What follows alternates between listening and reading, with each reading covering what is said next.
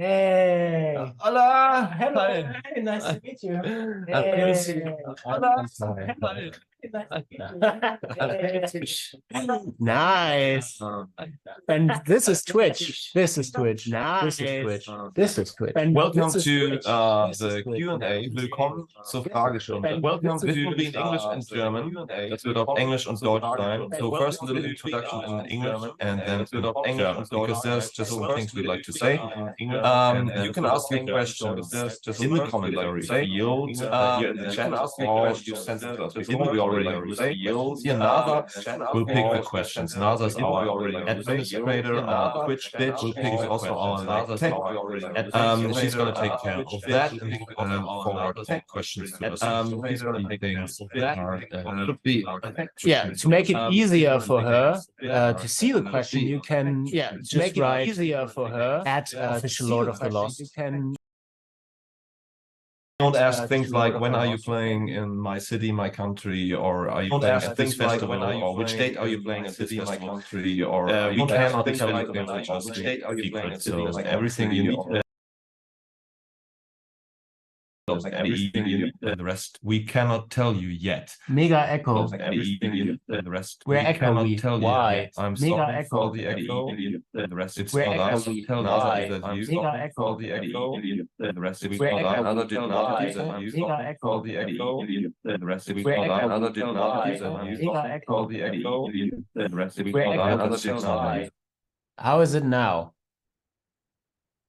How does that come? I don't know.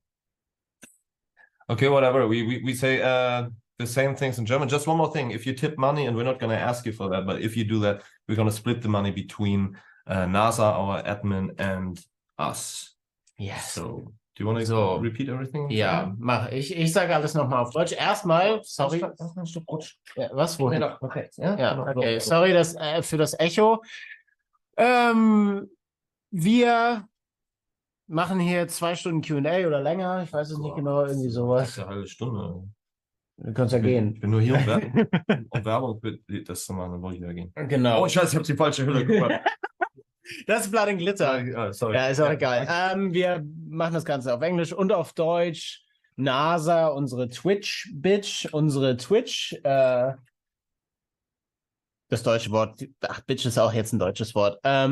Macht das Ganze, wenn ihr tippt, also wenn ihr Trinkgeld gebt sozusagen, kriegt sie davon immer die Hälfte. Wir werden euch nicht darum bitten, nur dass ihr es wisst. Leichtes Mädchen. Unser Twitch-leichtes Mädchen. Ja. Sehr gut. Falls ihr Fragen habt, wovon wir mal ausgehen, dass ihr sie habt, ihr könnt @official Lord of the Lost taggen, dann sieht NASA die, sie bereitet uns die vor. Aber wir haben hier natürlich auch schon Fragen von Social Media und E-Mail vorbereitet, ganze 38 an der Zahl. Genau, fragt bitte nicht Sachen wie, wann spielt ihr in meiner Stadt, in meinem Land, oder wann spielt ihr, an welchem Tag genau spielt ihr auf irgendeinem Festival. Falls ihr wissen wollt, wo wir spielen, wir haben eine 15-Jahres-Tour. Ja, genau. Angekündigt.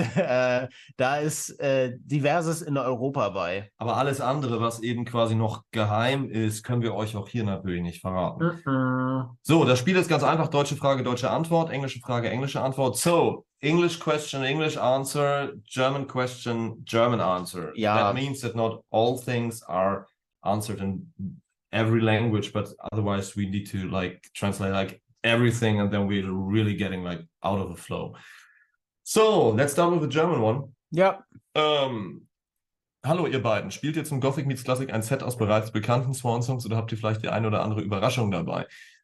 Also es ist ganz langweilig, wir spielen tatsächlich das Set, was wir bereits für Gothic meets Klassik 2020 geplant haben, was dann abgesagt worden ist wegen Covid, 21 nochmal abgesagt worden ist. Letztes Jahr konnten wir nicht, weil wir unsere Homecoming-Tour hatten, jetzt spielen wir 23. Warum dieses Set gleich geblieben ist, hat nichts mit Faulheit zu tun, sondern es ist einfach so, wenn man ein Set vorbereitet für ein Orchester, muss das alles ausnotiert werden. Eine Partitur für alle diese 5000 Leute, die im Orchester sitzen. Mindestens 5000. Genau, das ist sehr viel Arbeit und sehr, sehr teuer. Und dann kann man nicht einfach sagen, oh, lass uns in 3 Jahren dann doch lieber was anderes spielen, mach das alles nochmal. Deshalb spielen wir Sachen, die es alles schon gibt. Der neueste Song, den wir spielen, ist Priest. Und was wir euch verraten können, was wir auf jeden Fall machen, was die Verwirklichung eines großen Traums ist, ist Letters to Home. Ja, nichtsdestotrotz wird es natürlich eine krass neue Erfahrung. Ja. Weil die ganzen Songs haben wir noch nie mit einem richtigen Symphonieorchester. Plus. Diese nicht, genau. Diese nicht. Nicht mit dem Symphonieorchester und auch nicht mit dem Chor zusammen performt. Genau. Das heißt, das wird für alle Beteiligten und Zuhörenden eine ganz neue Erfahrung. Genau, wir haben ja schon mal Gothic meets Klassik gemacht vor 10 Jahren, da warst du aber nicht dabei, weil du warst noch nicht. Da war ich noch nicht geboren. Wollte ich gerade sagen, genau. Er war schon in Planung, das kann man sagen. Du warst schon. Ich war nicht geplant. Achso, wir hatten dich schon. Achso, ihr hattet nicht. Ja, genau. Okay, ja, Glück gehabt. Ja, du warst schon in Planung, aber war noch nicht geboren, aber wir spielen keinen Song. Genau, das hätten wir uns einfach machen können. Wir hätten sagen können, naja, dann lass doch die Songs von vor 10 Jahren nochmal spielen, die Noten gibt es ja schon.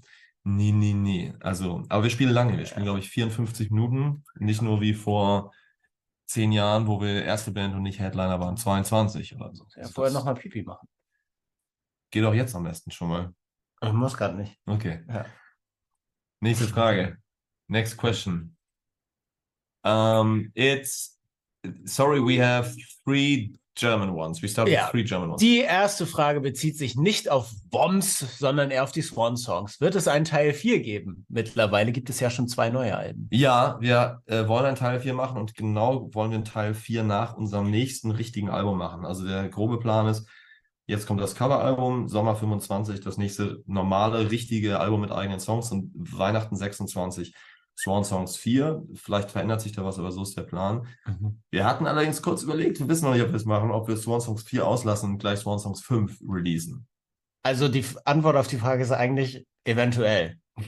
Genau, also die Frage ist, wird der nächste Teil 4 sein oder 5? Oder 22. Ich glaube ganz ehrlich, das macht keiner mit. Also wenn wir der Plattenfirma sagen, wir lassen Teil 4 weg, so wie bei Star Wars, lassen einfach Teile weg, machen erstmal was anderes. Ja, also wir dürfen ja eigentlich alles, ne? Aber ich glaube, da macht keiner mit.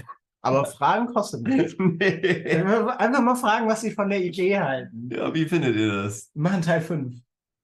Ja.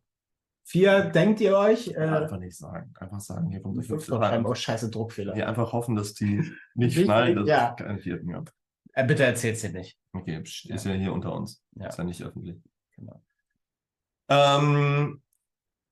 Another German question, then we come to a very explicit English question.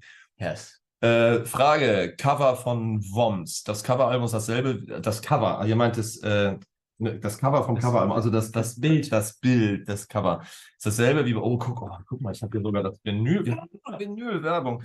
Das Cover ist dasselbe wie bei der 15-Jahres-Tour. War das vorher klar oder war das, dass ihr das gleiche Cover nehmt oder war das eher kurzfristig? Ich kann euch Folgendes sagen, bei uns ist eigentlich nie etwas kurzfristig. Manchmal schon, wie jetzt das Shock to the System Video. Das ist sehr kurzfristig. Ich bin auch in Mexiko, aber wir müssen übermorgen ein Video drehen. Wie machen wir das? Ja.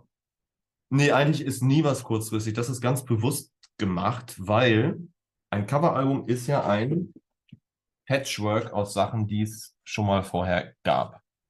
Songs. Genauso ist auch das vorne drauf ein Patchwork, das Logo ist ein Patchwork. Ja. Und so ist ein bisschen auch eine 15-Jahres-Tour. Man versucht quasi, wie auch bei diesem Logo, alles das, was man so in den 15 Jahren gemacht hat, zu spielen. Wir haben also eine Setlist aus 350 Songs. Ja. Ich hoffe, ihr habt Zeit mitgebracht. Genau, wir fangen die Tour an und spielen ohne Pause. Einlass um 10 Uhr. 4 Wochen durch. Während wir reisen und spielen alle Bonustracks in allen Versionen, alle Remixe. Naja, aber an sich so ein bisschen ist es ja so. Also so ein bisschen ist es ein ganz klein. Ja, aber gepatchworked ist die Setlist schon. Wir spielen jetzt nicht nur das Coveralbum. Nee, genau. Nein, wir spielen tatsächlich aus dem Coveralbum, ich glaube dann 2 bis 3 Songs oder so, aber ansonsten eher so. Wir haben noch mehr. Aber genau, aber wir spielen quasi chronologisch. Nein, das ist mit Absicht so. Wir wollten das quasi visuell das Jahr 2024 in dieser Patchwork-Optik irgendwie stattfindet. Das sind sonst auch so viele Infos auf einmal. Du machst ein Tourposter, das sieht wieder anders aus wie die Platte und du hast so viele Images, mit denen du arbeiten musst. Das ist zu viel. Das ist auch irgendwie weird. So. Also wenn ich mir sowas angucken will, dann wüsste ich nicht, was jetzt zu wohin gehört. Und vielleicht ist das auch, wenn man zurückblickt, auch ganz komisch, wenn man denkt, welches Tourposter war das jetzt? Zu welcher Tour, zu welchem Album? Wobei es ja nicht wirklich eine Tour zu einem Album ist. Ja, aber künstlerisch ergibt das Sinn, da eine Schiene zu fahren. Ja, absolut. Und wenn wir jetzt mal ganz dumm marketingtechnisch überlegen, ergibt das auch Sinn, weil du eben einfach das eine mit dem anderen Es macht ja auch nicht, wenn ich das mal vergleichen darf, Supermarkt Edeka macht ja auch nicht seine Supermärkte in Gelb, seine Tüten in Pink. Was ist mit Aldi Nord und Aldi Süd? Na, die heißen unterschiedlich, Nord und Süd. Und die haben auch unterschiedliche Produkte. Stimmt. Unterschiedliche Hausmarken. Ach, stimmt, ist auch noch geil. Ne? Ja, okay. Ja. Das muss schwierig sein. We just got a tip by Edita. Thank you very much for 25 euro. A tip by Nickname Official. That's a great name. Okay, here's a question which I wasn't sure if we should actually do that, but it's like, I think if we should do this. Yeah. And I find another word for it. But I thought about it a bit, and I think I want to say something about that. The question is, did you all, that's the F word, I say make love. Did you all make love to Luisa Kowalski? Luisa is the actress that you see in this Destruction Manual video, which is playing me. In her main job, she's an erotic model, an influencer. She's doing the OnlyFans thing and so on. And first of all, I need to say, this is a job that I do respect as much as I do respect every other job, because it's people's choice to do this job or that job. And I do respect them. I don't have to say anything negative about that or even value that. So to that question, I think, first of all, it's like super disrespectful to her. Yes. Like, I don't even feel offended by it. I just really had to laugh, but then I thought about it. And I was like, that's really disrespectful. And that's not nice. This question came anonymously nailed it from some anonymous email. And on top of that, sorry for the long answer, but on top of that, I need to say, if you really want to know which people we have sex with, I have taken the choice that I don't speak about these things. Yes, of course, you know, when certain people like me are married, for instance, of course, that's a legal status. But if you hear about the legal status of two people, you don't know what are the dynamics of their relationship. So I will always choose to not talk about that. So whatever you like to think, who of us made love to Luisa Kowalski or to you or to whoever, we're not going to answer that. This? Yeah. No, we're not going to answer that. But I want to add to it, which is along those lines. It's a very private question. And there's a lot of assumptions going with it. I can see where these assumptions come from because she's doing erotic modeling and OnlyFans. But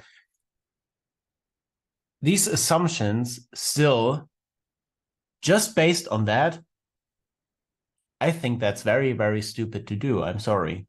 And if someone comes up to you, if you're watching and you ask the question, someone comes up to you and like someone you don't know and asks you like, did you actually had sex with that person? How would you feel like if someone that just don't know you asks you that? This is such an internet thing. Obviously, it's an anonymous via email. So, but on the street, hey, who do you fuck? Did you fuck this person? Nobody would ever. Probably nobody would ever do it. Luisa, if you're watching, I hope you had a good laugh and you're a wonderful person. We all love you. Next question. So it's an English one. For weapons of mass seduction, do you refer to any form of seduction, both physical or verbal? Which weapons of seduction distinguishes you the most? For Chris. Okay, the last question for me, I cannot answer. I don't know. But the first, actually, I must say we didn't even think, or at least I can answer for myself, I didn't even think of being a physical or verbal seduction. For me, it was more like a compliment to the actual artist of the songs. It was an idea of Jared. Like 10 years ago, he said like weapons of mass seduction, like playing with the word destruction is such a cool title for a song or a record. And I always said, yes, but it sounds so arrogant about your own art. Yeah. It's more like doing this to the original artist. Right. It's a tip of that to the original artist. And also, obviously, when you look at the record, at the track list, we chose songs that in one way or another are very, very good and very successful. Yeah, big hits. Like seduction is just another word of saying weapons of mass. I don't know. Success? Yeah. So seduction is just a way better word. I think mass is the key word here. Yeah. Because it's all like super successful songs. Sia, Beat. Or maybe not all of them. Like there's one song that is barely known by people, and let me tell you the story. On CD2, you find a song called Ordinary Town. Not Ordinary World is also on that. That's Duran, but Ordinary Town. This is a song by the band Celebrate the Nun. Nun, not like nothing, but like nun, like the church person. The church girls. Celebrate the Nun. It's like a Depeche Mode copy from the 80s made in Germany. And if you're familiar with the band Scooter and H.P. Baxter, their singer, it's actually his ex-band. It's a band of Rick and H.P. who formed Scooter later. And just Google pictures. Celebrate the Nun. Google pictures. See H.P. Baxter with eyeliner and the Cure haircut. Yeah, it's lovely, and no one really knows that, but it was his take on conquering the Gothic scene, which didn't really work. No, but still, it's a good song. It is. It's a good song. But then, I mean, they conquered the world with like Scooter. Yeah. So we should cover Scooter one day. Yeah, hyper. Oh no, wait. Why not? Because it can be mixed up with the Electric Callboy song. Yeah. Yeah, which is not the same, by the way, but yeah. It kind of is. Let's cover Hyper by Electric Callboy. To tip the hat. Yes. Oh, damn. Oh, that's next level. We had 2 more tips by Julia Giovanna Pratteln and Banshee 0815. 0815, yeah. Thank you. 10 and 10. Thank you so much. Also on behalf of NASA. Ah ja, wir haben es nicht gesagt, eine Spenden gegen Yes, I did. Auf Deutsch auch? Auf Deutsch. I said it in German. I did not listen to you always. What? Was brachte euch zu der Entscheidung, die dritte CD in der Box bzw. durch die Box zu limitieren? Ihr schient überrascht, dass sie quasi schon am ersten Vorbestellungstag ausverkauft war, bevor die Nachpressung kam. Ist es nicht logisch, dass es ganz, ganz viele neue Fans gibt, die gerne alle Songs hören möchten, nicht nur 2/3 davon? Werdet ihr künftig versuchen, Limitierung von Songs an die neuen Fanzahlen anzupassen? Ich verstehe die Frage, wo sie herkommt, weil viele sagen, oh fuck, ich hätte doch auch gern alles gehört. Zum einen ist es so, dass man als Band, wenn man versucht, ein Album an den Mann zu bringen, natürlich, und ihr merkt es selber, sobald man sowas verkauft, wo noch eine extra CD drin ist und in der Box, dann wollen es mehr Leute haben. Und gerade wenn man sagt, es ist limitiert, dann kaufen es noch mehr Leute. Und ab dem Punkt reden wir hier tatsächlich über davon leben können. Das ist wichtig. Das heißt, diese limitierten Produkte pushen das Produkt. In dem Fall muss man da auch tatsächlich so denken, abgesehen davon als Fan. Ich mag diese limitierten Sachen selber. Ich gehöre selber zu Leuten, die solche Sachen gekauft haben. Absolut. Und was die neuen Fanzahlen angeht, wisst ihr, das ist eine ganz schwierige Geschichte. Du kannst es ja nicht wirklich messen. Du weißt, die Zahlen wachsen, aber das heißt nicht, dass alle Leute, du weißt nicht, wie viele Leute so eine Box kaufen. Ja. Und wenn du 1000 Boxen herstellst oder 2000, 5000, 10.000, überleg mal, was das kostet in der Herstellung. So eine Box kostet 20 Euro in der Herstellung. Angenommen, wir machen davon 10.000. Das wären 200.000 Euro und vielleicht verkaufst du nur 2.000 davon. Was machen wir denn dann mit der Plattenfirma? Genau. Man muss irgendwie versuchen, das Risiko klein zu halten. Bei einem Coveralbum, was meistens nur halb so erfolgreich ist wie ein eigenes. Gerade ein Coveralbum, da muss man eigentlich davon ausgehen, dass man nochmal so einen Teil von der schon nicht greifbaren neuen Fanzahl wegnehmen muss, weil es eben keine Originalsongs sind. Viele wollen das nicht, die finden es nicht cool. Genau, die interessiert das gar nicht so. Die wollen neue Songs, die wollen neues Material von uns, Originale.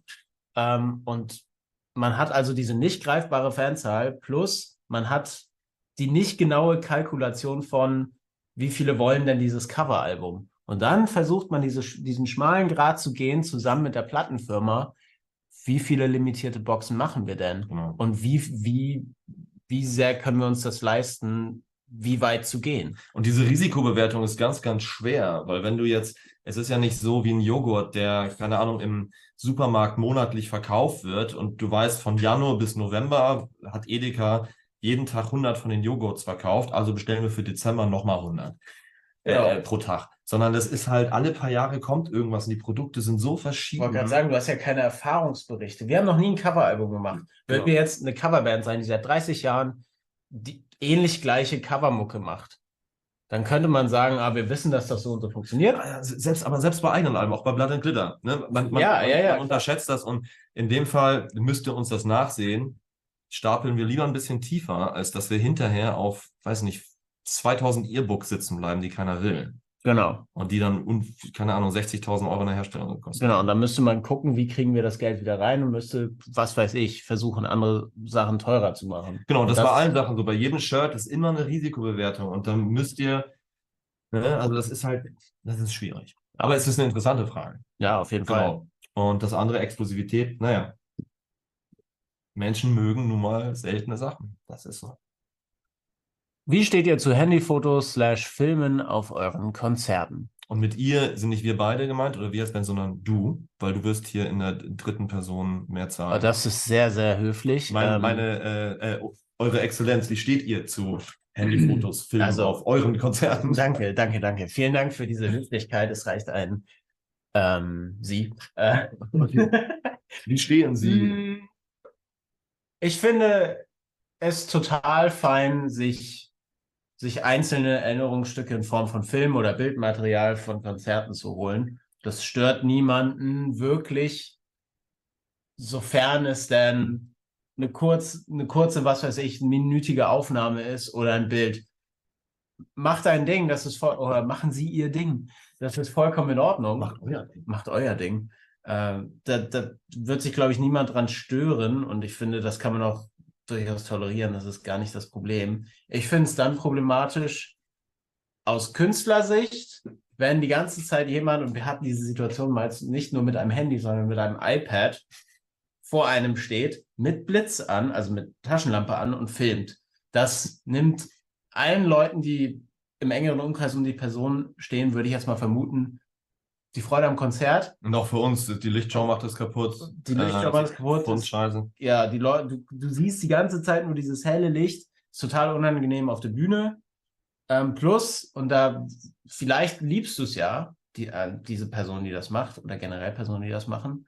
Aber ich würde mich fragen, ist das Konzert denn noch so geil, wenn du es gerade durch dein 9,7 Zoll iPad erlebst? Oder wäre es geiler, wenn du dein iPad weglegst und den Moment aufsaugst und das genießt? Würde ich zur Diskussion stellen. Ich persönlich genieße Shows mehr, wenn ich sie mir mit meinen Augen angucke. Genau, ich gehöre auch zu den Leuten, die, wenn sie bei Konzerten sind, kurz mal was filmen oder fotografieren. Ich finde es ehrlich gesagt nicht mal schlimm, wenn ich ganze Songs von uns hier und da finde. Naja. Aber mich stört es tatsächlich, wenn die ganze Zeit Leute filmen, besonders bei kleinen Konzerten, wenn es keinen Graben gibt. Und ich lehne mich vorne über meinen Riser und habe teilweise in greifbarer Nähe, 30 Zentimeter, ein Handy mit Licht im Gesicht.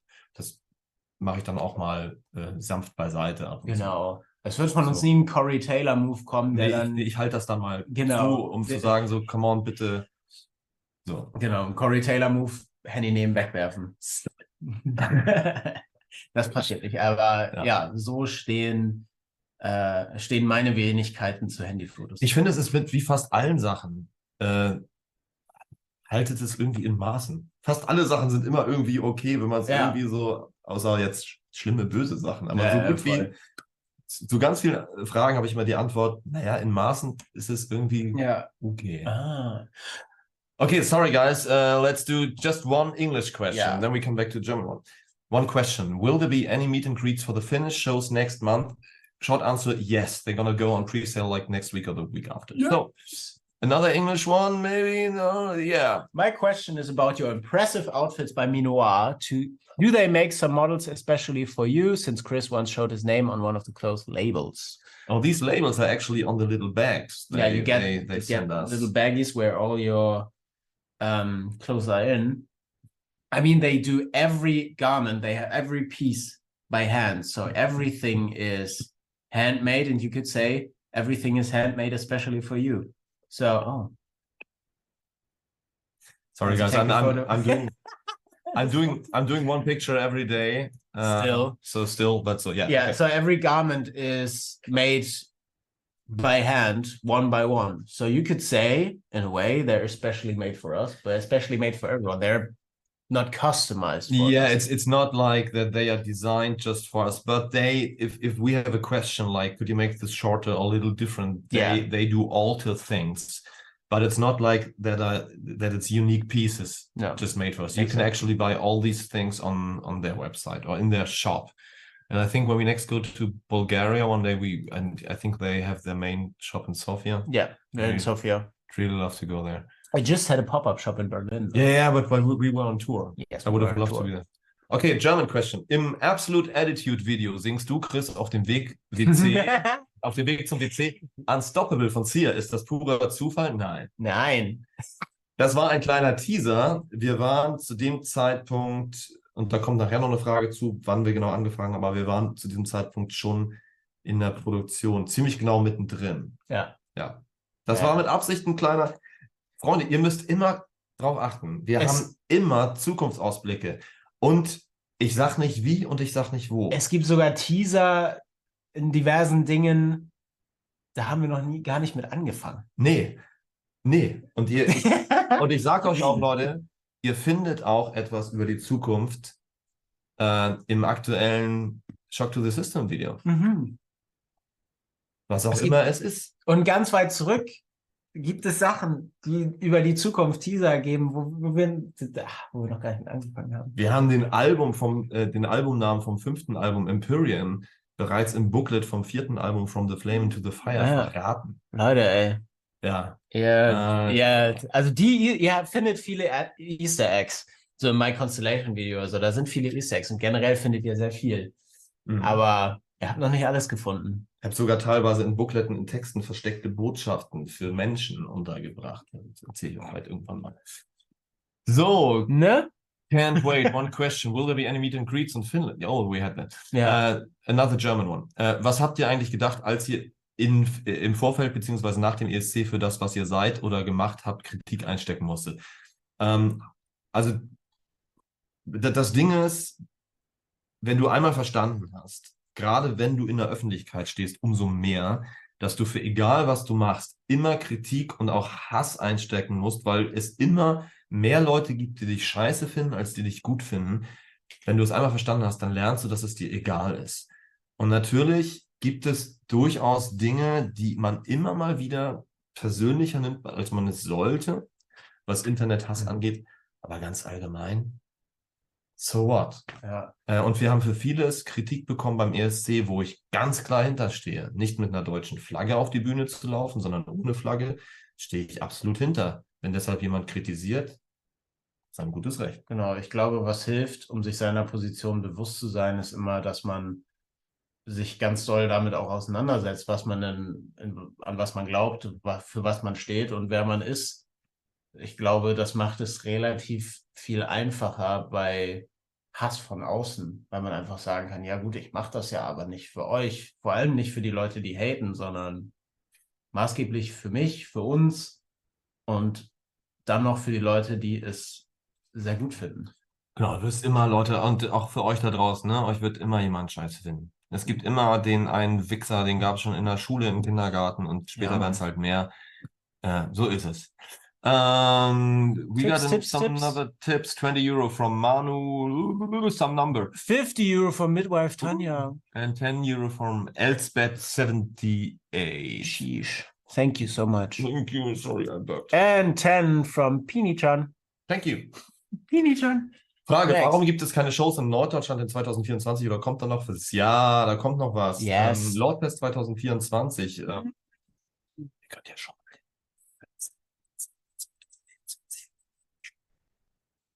Und wir bekommen manchmal die Frage, warum, jetzt gibt es nur noch das LORDFEST in Hamburg oder was? Und denken, das heißt ja nur.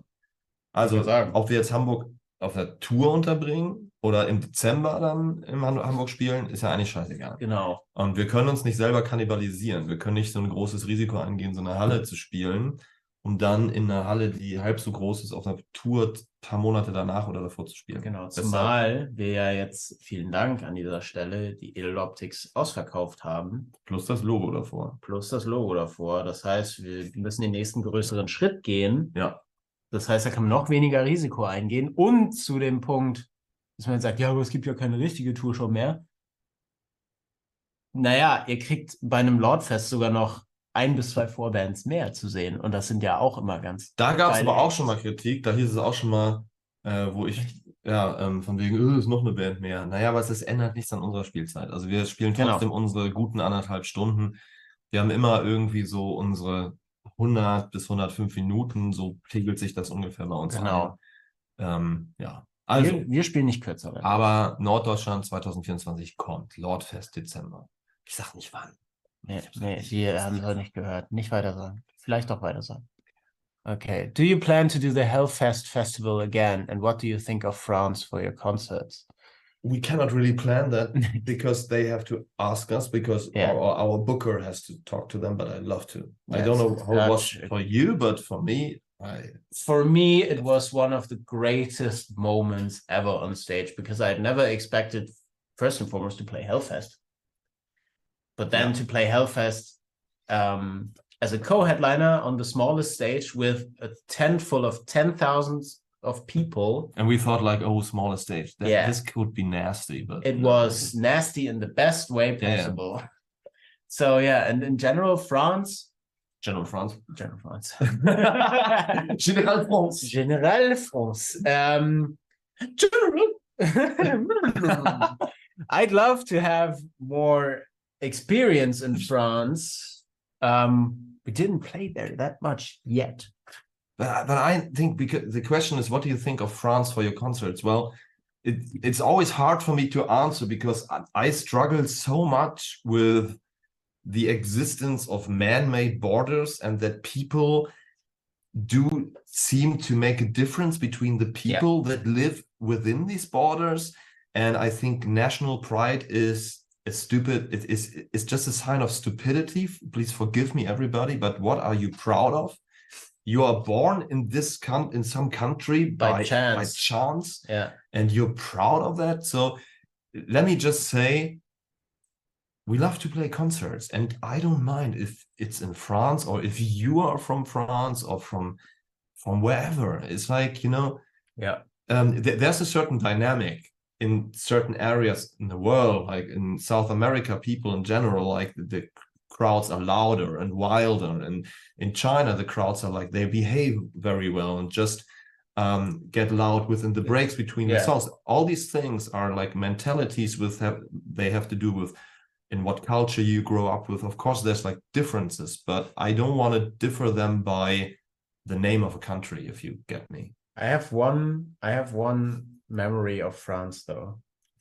We had as far as I can remember, our only stage diver in Toulouse on the Equilibrium tour. There was shitloads of circle pits going on. There was like, and people ran on stage. And there were like wheelchair people somewhere, like, oh God, don't do that. There was a person running on stage. He fell into my pedalboard, got up, and jumped into the crowd again. And I thought, like during the first song. Yeah, it was like that. And I thought, for me as a person that loves this kind of dynamic at shows, as long as people don't get hurt, I love that. And that's not to say this can happen anywhere, but that's one memory I have. That was in France. Of course, we have memories of certain countries. Of course, we count like how many countries we've been into. So, it's interesting numbers. I just wanted to point out that I don't really like to differ between certain kinds of people. We're all the same. And I fucking mean that. I've seen that question. Have you ever had some problems with unpleasant security crew during live shows through the years? I have two little things to say. Yeah. What do you have to say? I have an unpleasant memory of security not really being there. In Manchester? Manchester. Oh yeah, that's one of my stories. Yeah, that's one, because the stage. Sorry if I take your story. I tell the other one. The stage, on the two sides, there were stairs. They weren't fixed on the stage. They were just very loose, and there were tripping hazards all over, so you could easily fall. And then actually, when they were standing on the stage was fine, but there was vibration because of the bass. So they moved, so it wasn't really secure to go down there. But obviously, stage crew has to go down there. People go down there. I went down the stairs during the show, so there's massive risk of getting hurt. And if they moved, there was a big gap. Yeah, you could just like. And in the dark or during strobe or whatever, pretty dangerous. So what I expect security to do, because they are called security, is to provide security, to, I don't know, fix the stairs, to hold them, whatever. We asked them from the stage, but they... Yes, you asked them from the stage. And also, during that show, there was a crowd surfer coming, a woman, and none of the 2 security people, there were only 2 for 900 people, there were 2 securities at the stage. And they've seen the woman crowd surfing, but they didn't do anything. So what would have happened if I wouldn't have shouted at the security person, that this person coming would have just fallen into the pit and, I don't know, hurt herself. So yeah, this was my unpleasant memory with not really existent security or incompetent security. I have like unpleasant memories, like unpleasant. Like the thing is, when I go up there, I mostly do it at Lorelei. I go up there, so I stand there, and then security they come from the back, and they hold me here. So some of them, they stand like in the back and hold me. They hold my pants like that. Some of them, they don't hold me. They do this. They give me a really hard wedgie. So like it's hard for me not to just fall in the crowd. Yeah. And sometimes the people that hold me, they don't understand that they have to keep their arms stiff. They just have them wobbly and loose. Sometimes even trying to grab their phone while holding my hand. And if all of that comes together. Now I know how you hit the high notes during. It's a wedgie. And at one time, I don't remember, was it a maiden show? Maybe, I don't know. One time I went down there, then when I stepped down, he didn't want to let me down, so and ripped out my in-ear system. Oh God! So I went back on stage with not hearing anything and like whatever. But that's not unpleasant. That's just like, yeah, that's funny unpleasant. But yeah. Another tip from Margeta, €20. Thank you very much. Nice. Okay. War die Auswahl der Songs eine rationale oder emotionale Entscheidung oder beides? Wir reden übrigens über dieses Album, über Worms.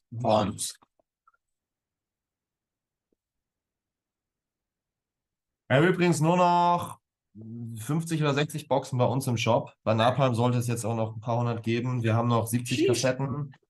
Wir haben noch 100 Colored Vinyls bei uns im Shop. Egal. Die Auswahl, also eigentlich, ich würde sagen, nur emotional. Ja, würde ich sagen. Für uns war die Messlatte Songs, die wir wünschten, wir hätten sie geschrieben oder die eine große Emotion bei uns auslösen, was beides vermutlich irgendwie das Gleiche ist. Genau. Wenn man einen Song so geil findet, wünscht man, es wäre der eigene. Und rational wurde es eigentlich erst in dem Moment, wo man sich das Album anschaut und vielleicht denkt, oh, vielleicht haben wir zu viele Balladen oder zu viel Schnelle und dann tauscht man noch ein bisschen Sachen aus. Ja, aber grundsätzlich, die Sachen, die wir ausgewählt haben, das war immer nur, das würde ich uns gerne mal covern hören. Und wir haben Sachen, die sich geil anfühlen. Ja, genau. Das war nie, oh, können wir das denn spielen oder sonst wie, wird das passen? Nee, es war einfach nur, ja, oder kommt das gut an oder nee.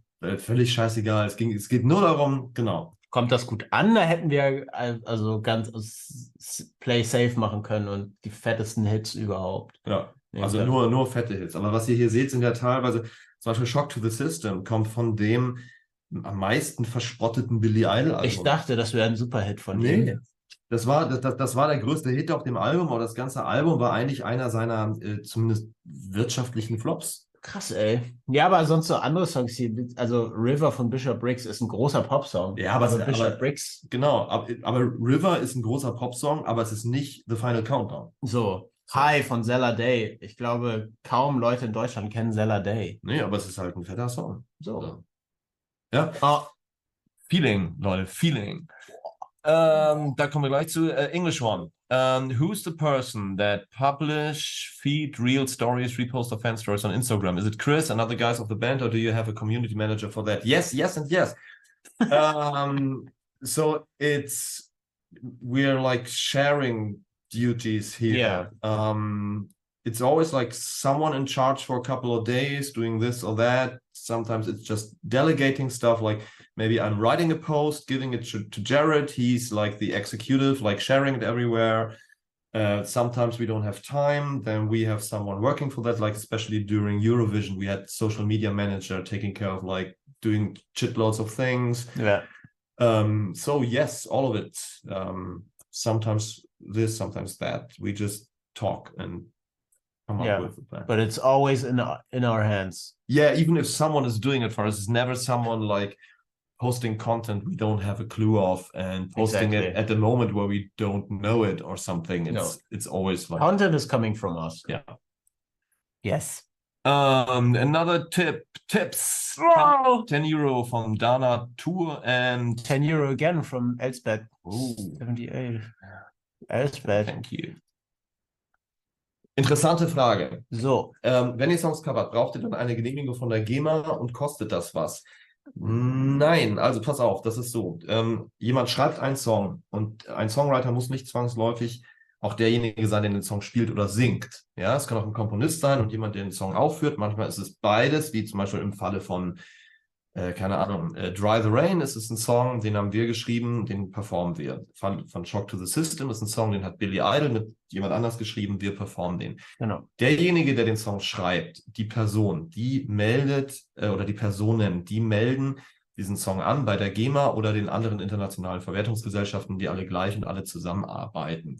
Sobald so ein Song rausgebracht wird, macht die Plattenfirma bzw. der Vertrieb, die tickern das Ding im System ein, sagen, Achtung, Shock to the System, der wurde hier gerade gecovert von Lord of the Lost und bei jeder verkauften CD, jedem Stream, jedem Download, jedem irgendwas, jedem Live-Spielen geht quasi ein Teil, ein paar Cent, immer wieder Stück für Stück, gehen dann dementsprechend in diesem Fall an Billy Idol und den Co-Songwriter, dessen Namen ich gerade vergessen habe. Bei Dry the Rain geht das dann an uns, beziehungsweise in diesem Fall an mich. Den Song habe ich alleine geschrieben. Ja. Im Falle von, keine Ahnung, was den Song haben wir zu zweit geschrieben. Ja, zu zweit, Gospel of Judas, da geht es dann an uns. Und da ist die Aufteilung, glaube ich, 50-50, also Hälfte er, Hälfte ich.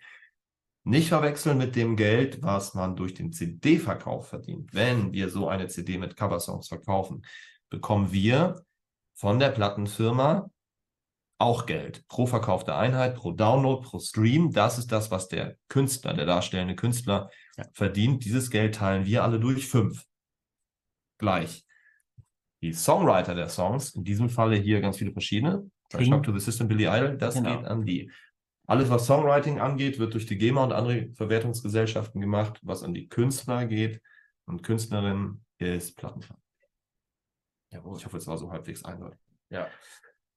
When you do an official cover like in this album, do you pay some copyright to the different artists of the original song? So it was a pretty interesting question and answer in German. So here's it basically in English again. When you do pay the copyrights to them, not us. Yeah, well, yeah, that's correct. Yeah.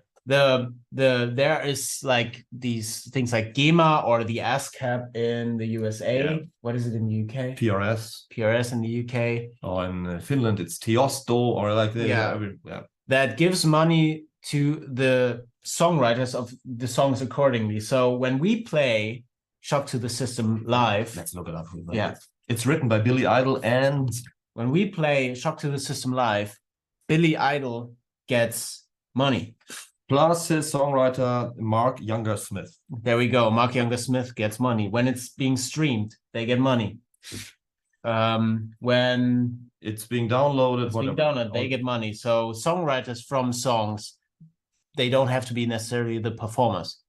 For example, Blood and Glitter was written by you, by me, by Rupert. And Anthony. And Anthony's. But only us to perform the song, but Rupert and Anthony also get money from each stream, from each sold.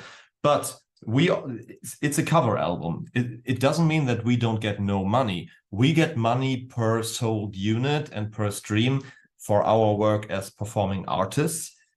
That's organized by the label. And the songwriters get money as well, but that's not organized by the label. It's organized by the, I don't know the English word for fucking Verwertungsgesellschaften.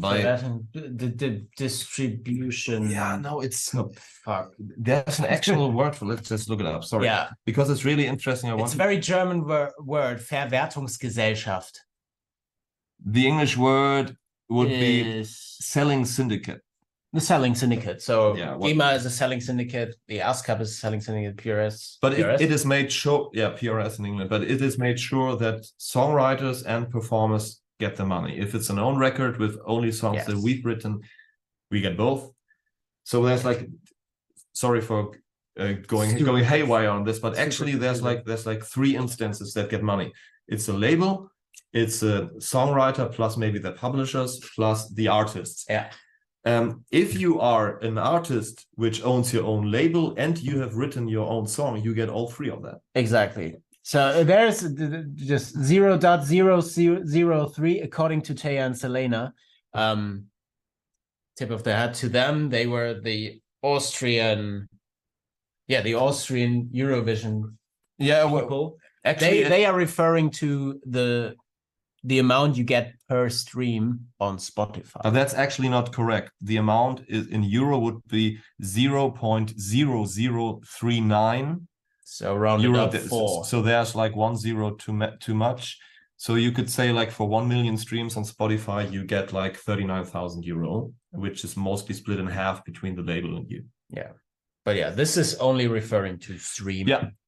But yeah, it's a fucking huge topic, so let's not get too wild on that. Yeah.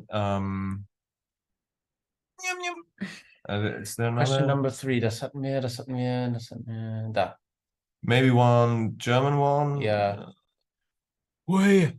Da ich das Album bla bla bla. Oh, eine Frage zum Song Zilla. Oh, für die, die es nicht kennen, Zilla war ein Song. Oh, ich finde den Song so gut. War eine B-Seite. Ich glaube, auf unserem ersten Live-Album Dingsbums Made in St. Pauli da, We Give Our Hearts. Zilla ist ein Wort aus dem Hebräischen, was ich einfach geil fand. Das war irgendwas, Dämon oder so. Etwas, was ich trotz intensiver Recherche nicht rausfinden konnte. Wer oder was ist Young? Young. Du denkst an den Text im Chorus. I'm not alone, I got a gun, blah, blah, blah. I'm not alone, I am with Young. Okay.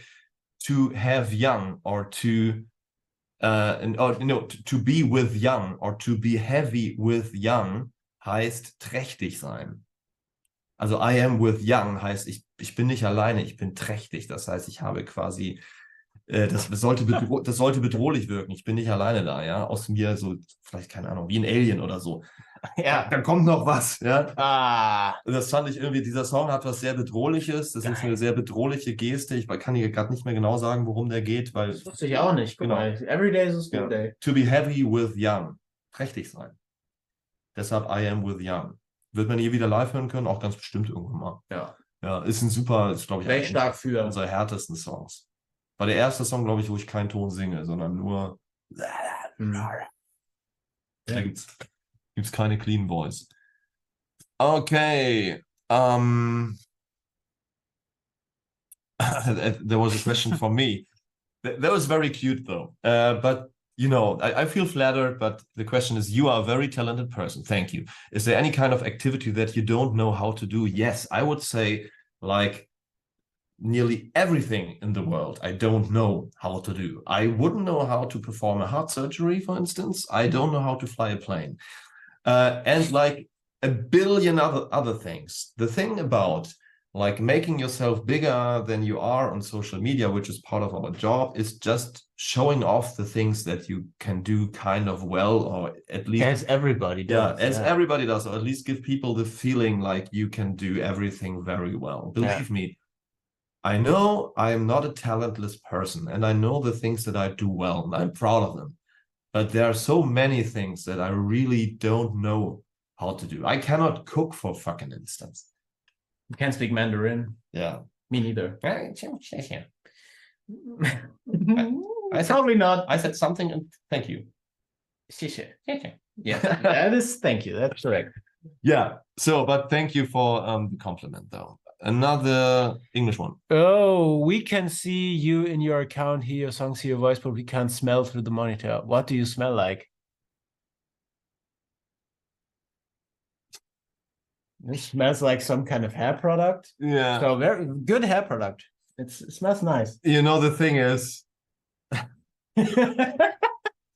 I find the question weirdly disturbing in a way, but it's also that's you. It's also somehow cute.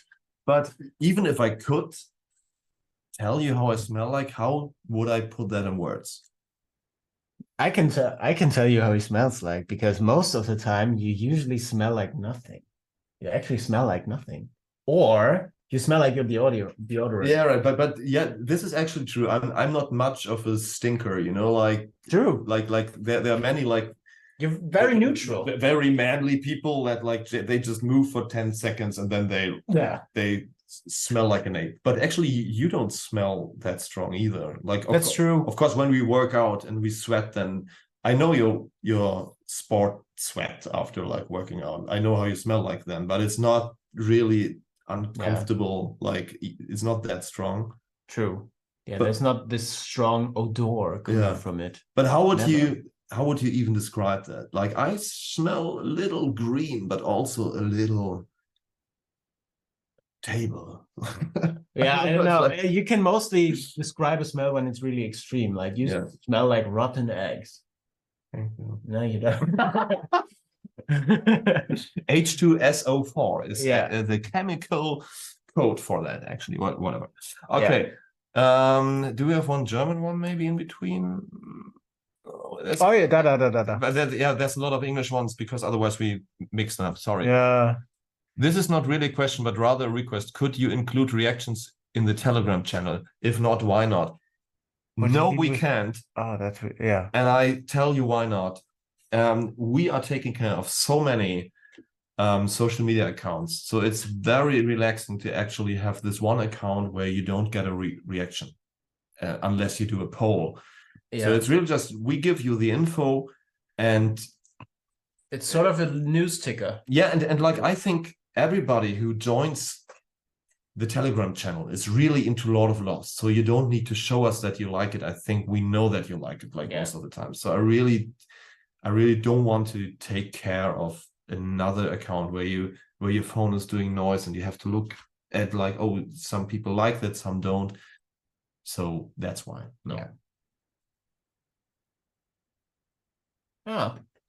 Is there a reason why it's always Save Our Souls that gets skipped, assuming you mean live shows? It was the only song that wasn't played at the Club and Glitter show in Berlin, and it's the one that, for understandable reasons, doesn't get a music video. Is there a reason for skipping exactly this song? No, there is not one all-over reason. There's two different reasons. For a music video, we skipped it because we had reached, we have shot too many music videos. It was just so much money.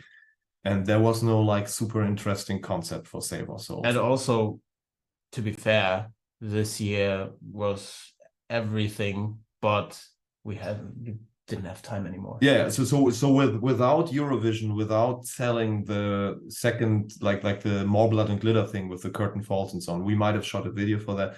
But we just had to say like, no, come on, let's not do that. Let's do this one. And for live, we played that song on some of the Club and Glitter shows in the beginning, but it's maybe the highest songs for like not head voice, just like the chest voice for me. And it was kind of late in the set, and it's really, really hard to get there without doing that. So it's really, really hard to sing. So we just said like, that's really a voice breaker. So let's not. Exactly. And during the Blood and Glitter tour, the Club and Glitter tour, it was 5 days in a row. Yeah. So singing that 5 days in a row. Nick, but it was supposed to be 5 days in a row. So singing that 5 days in a row, it was planned, but that could have. Yeah, we did it for the first two shows, I think, and then we skipped it. Yeah, we had to skip it during the third because we already cut it short because Nick was super. But it was really, really hard. It's a lot of fun to sing, but also, to be fair, I think it's a good album song, but it didn't really reveal this big magic live on stage. So there was, I mean, it's always also an experiment when you play new songs. You realize which songs work first and foremost for you live and for people live. And for us, I think this song was one of the songs where we felt like it's all right live for us, but there are way better songs to play. Some songs are just made for live, like Credo. from my perspective, no one needs Credo on CD. Yeah. You just need the song live. And for Save Our Souls, it's something with all the sound design and stuff. I really like it. I really like it on CD, but live it didn't feel right. But talking about that song, I don't know if you realized, but actually all the rhythms, like the rhythmic pattern from the bass drum in the verse, the rhythmic pattern in the beginning, like everything, the guitar riff, it's all based on the SOS Morse code. Yeah. Not just like in the end, in the outro sound, in the intro, like within the song.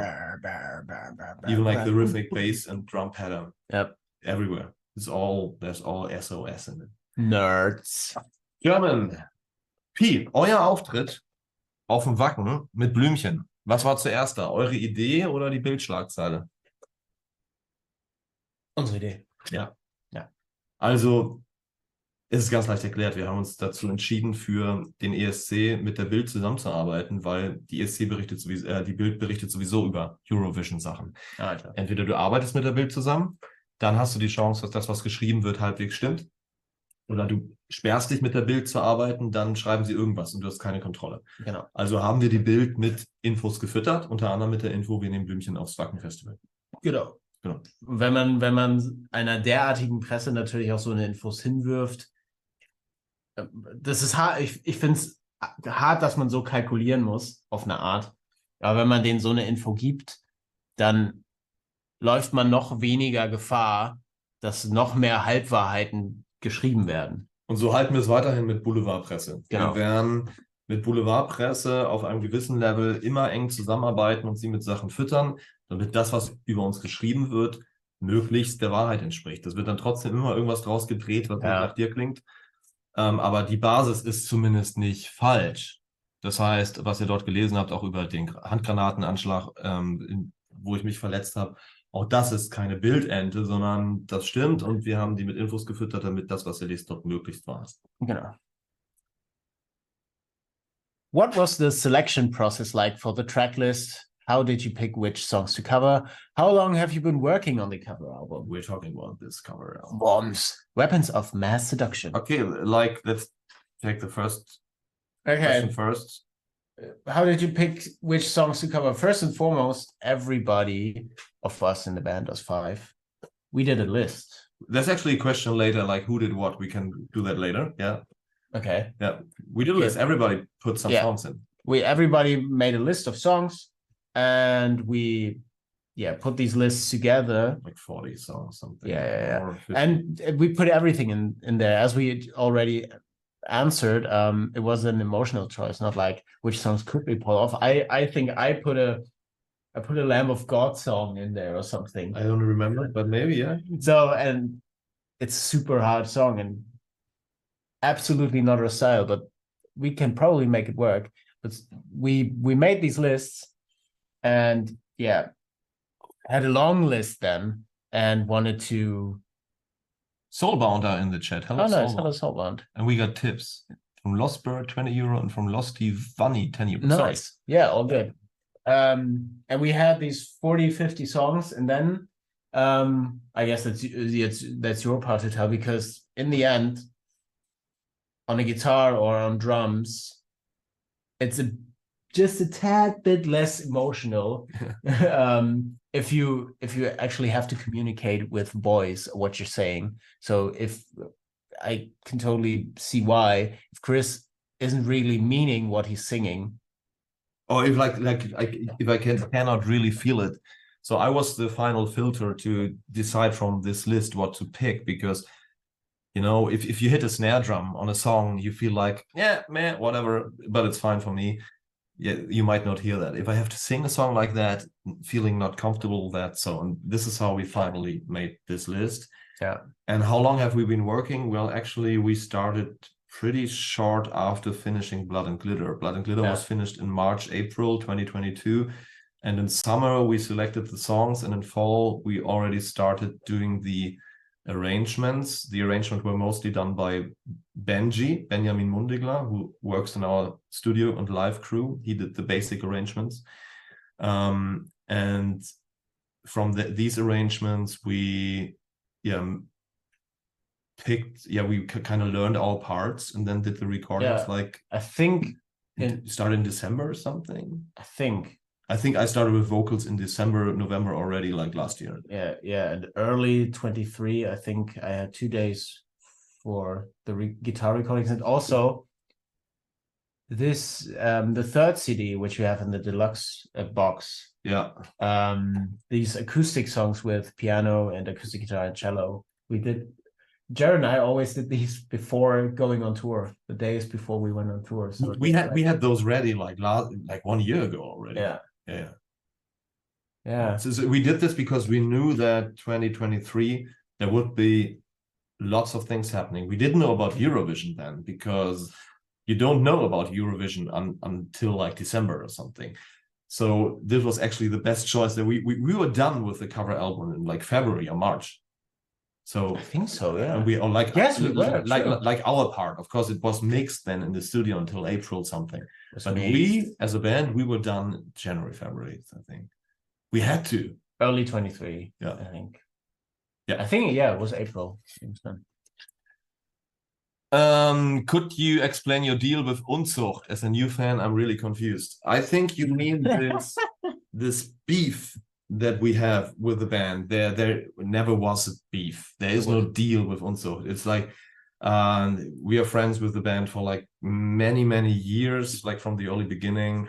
So there was just making fun. So, yeah, I'm not talking about the things happening right now. No, but what you found, what you found from past years, it was just us making fun of each other because as friends. Yes. Yeah. So there's no deal. Where was that? What do you want? Do you think an electric wheelchair would fit nicely onto the tour bus?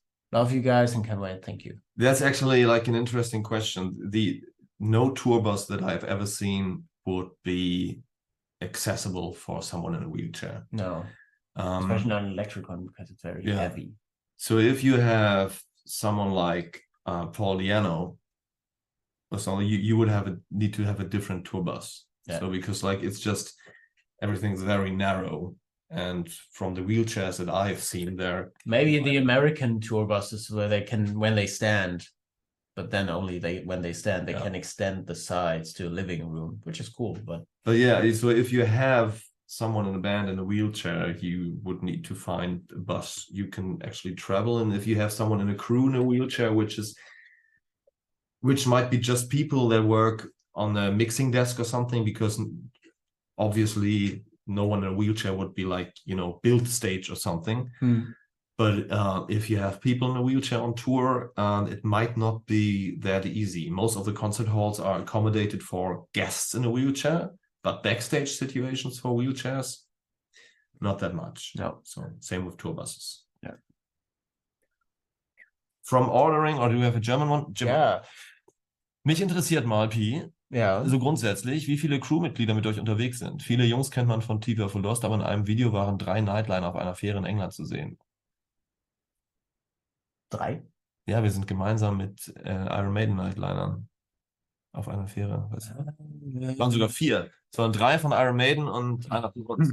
Ja. Oh, wir würden gerne mit 3 Nightliner fahren, Freunde. Nightliner kostet zwischen 2.000 und 5.000 Euro am Tag. Also, oder mehr.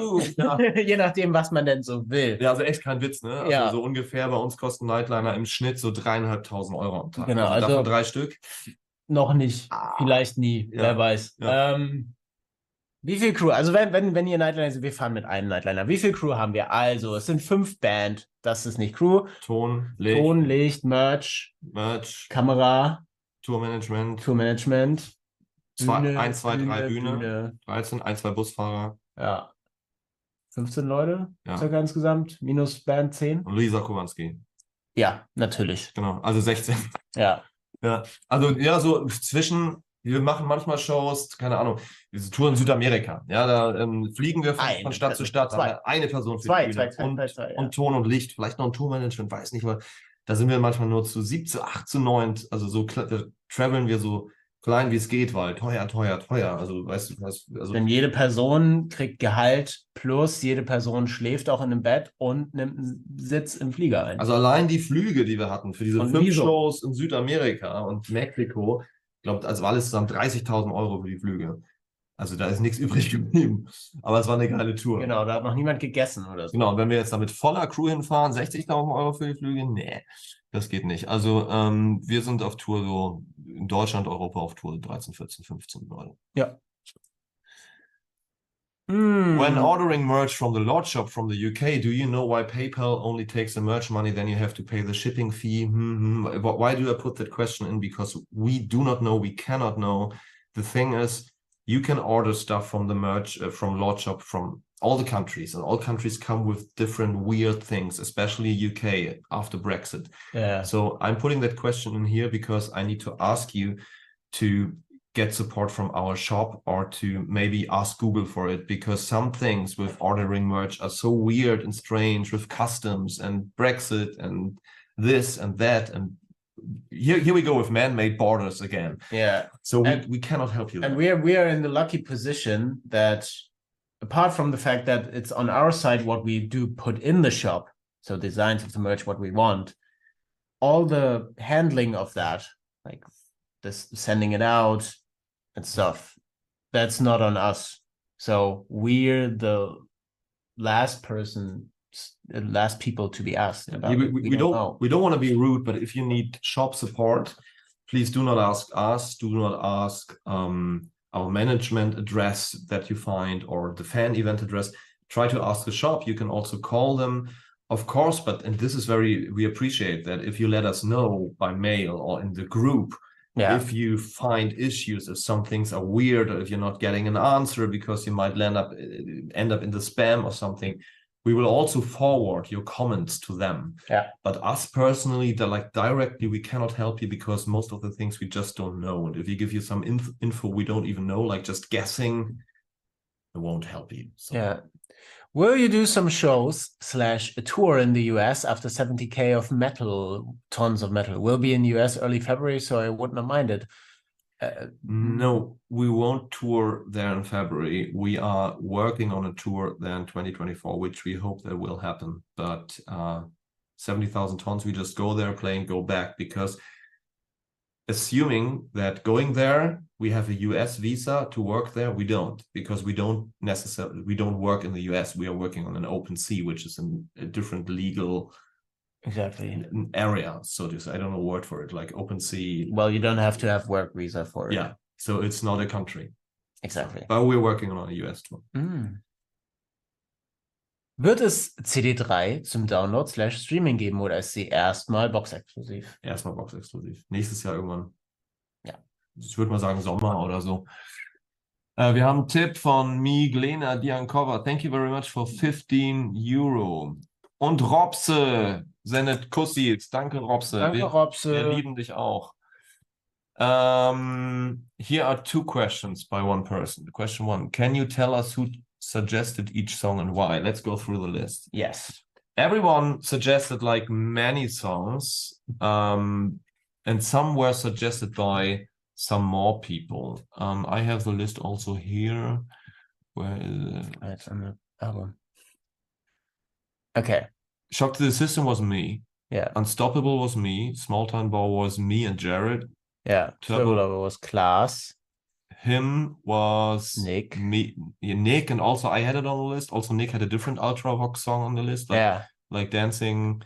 I danced. Oh yeah. Dancing with Tears in My Eyes. I had a different Sia song on the list. Oh yeah. You had a different Sia. Broken Glass, I think. No, I felt this one more, right? Yeah. Given to Me was somehow us both, maybe. I don't know, because like we're both like big Guns N' Roses fans, maybe. Slash played the guitar on that. Maybe Pi even more. Yeah, because Slash of Guns N' Roses played the guitar in there. Given to Me, my favorite Michael Jackson song. Yeah, River was you. I was very surprised. No, you were. No, I was there. Yeah, you were there. Somewhere Only We Know was me. But and you thought I didn't know the song, but I loved the song already back then. You weren't even born back then, because you were born like 2014. And a half. Yeah. I had a kind of similar song on the list. It was Why Does It Always Rain on Me by Travis, which is kind of like the same ballpark. And then you came with this song. I thought like, oh, that's the same ballpark. Wait, about which song are you talking? Somewhere only we know. Ah, okay, yeah. I don't know if you know Why Does It Always Rain on Me by Travis, but it's the same kind of time, same kind of feeling. Also English band. Yeah, Somewhere Only We Know is one of the best songs ever for me. It's very good, yeah. I Just Died in Your Arms Tonight. I think it was me and Jared something. It was one of the songs being on tour, and it came on the radio somewhere. Oh yeah, I remember this situation. It was on the car radio in a taxi, I think. Right. It was. Hi Was You. Yeah. I didn't even know the song. I didn't even know Zella Day. And I listened to the song, was like, wow. And now she's like one of the artists I really love to listen to. So great. House on the Hill Was Me. I think it's one of the best ballads ever written. You already were into that song probably years ago, but you played that song. You played that song on Mallorca when we wrote Thornstar. Oh, really? There's in the Thornstar document. No, is it in the Thorns? No, it's not in the Thornstar documentary. But I remember vividly the picture of you outside on the sitting in a chair campfire at the campfire with an acoustic guitar playing House on the Hill. Oh yeah, now I remember. Yeah. Let's check CD2. So how many years later? 6? Yeah, like that. 6, yeah. 6 years later, here we are. Okay, the look kind of there was Tim from Lord Shop actually saying you should cover that. Yeah.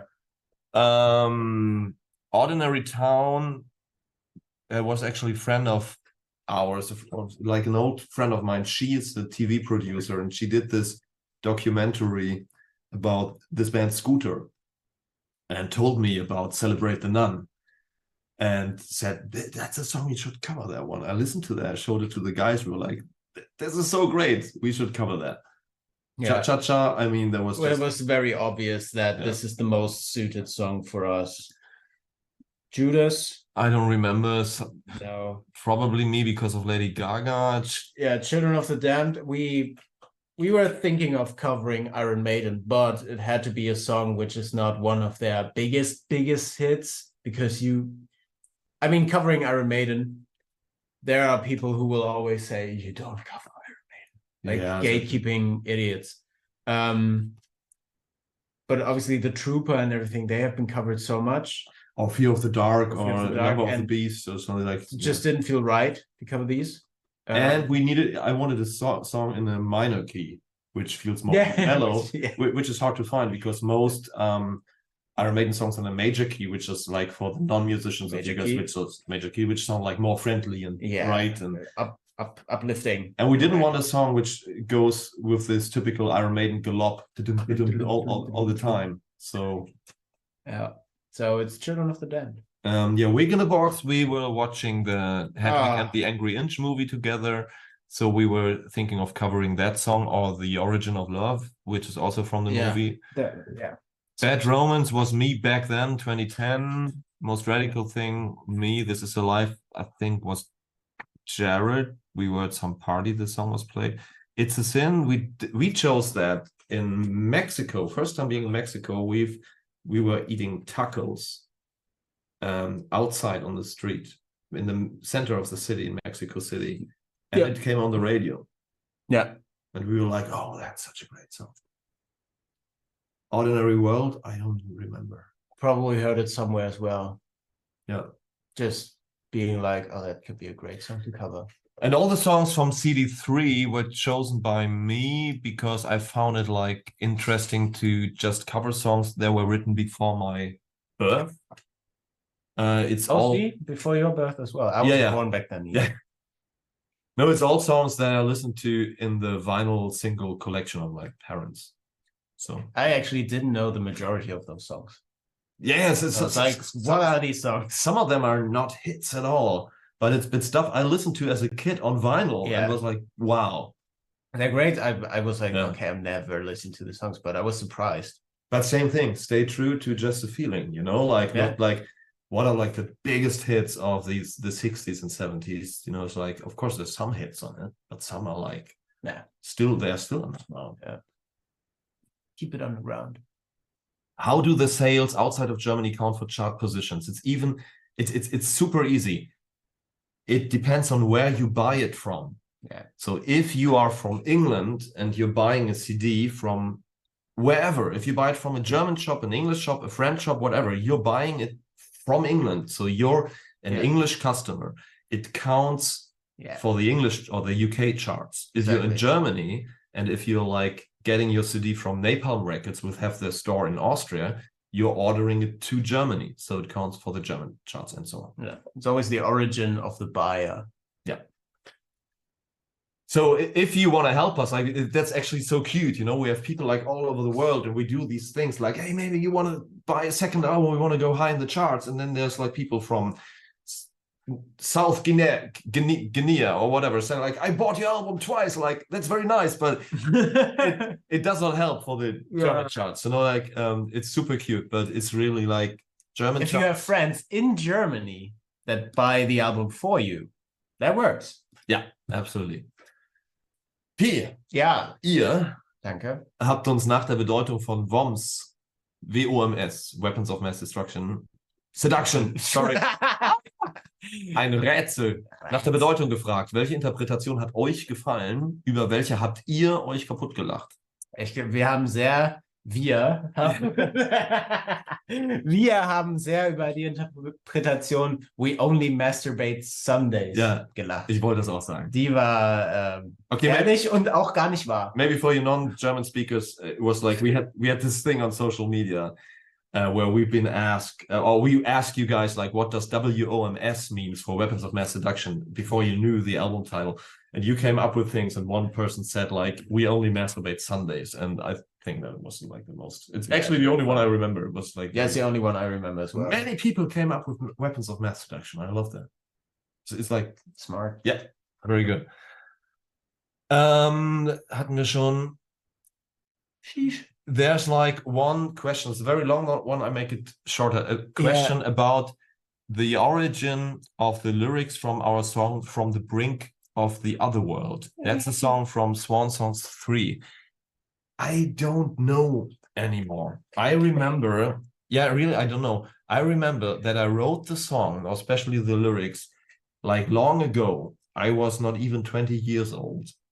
And I have very hard time for whatever reason. I know it was a very destructive and very, very sad feeling. And I found this handwritten sheet. I have like a whole folder with these things, and I found it and I just loved it. And I kind of took like maybe 75% of these words and put them in the song and then filled the rest to give it sense and rhyme. I don't know. It's a question. It comes from a dark place in here, but I don't know what was going on with me. But it's desperate, I know. So have we shouted out the tips?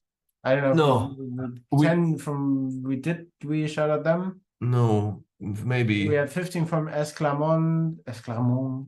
10 from Losty Vanni. 20 from Lost Bird 5-9. 15 from Miglena Diankova. And 8 from Eva Marilis. Yeah, Eva Marilis. Liebe Grüße aus Österreich.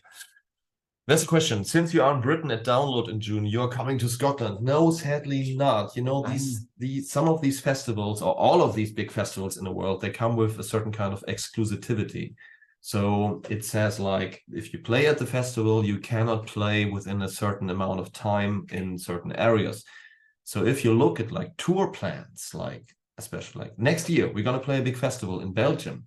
There's no tour show in Belgium. Now you know why. Yeah. And look back at some bands' tour plans. Whenever they play, even like the huge bands out there, they play a festival, like they play at Sweden Rock that year, they don't have their own show.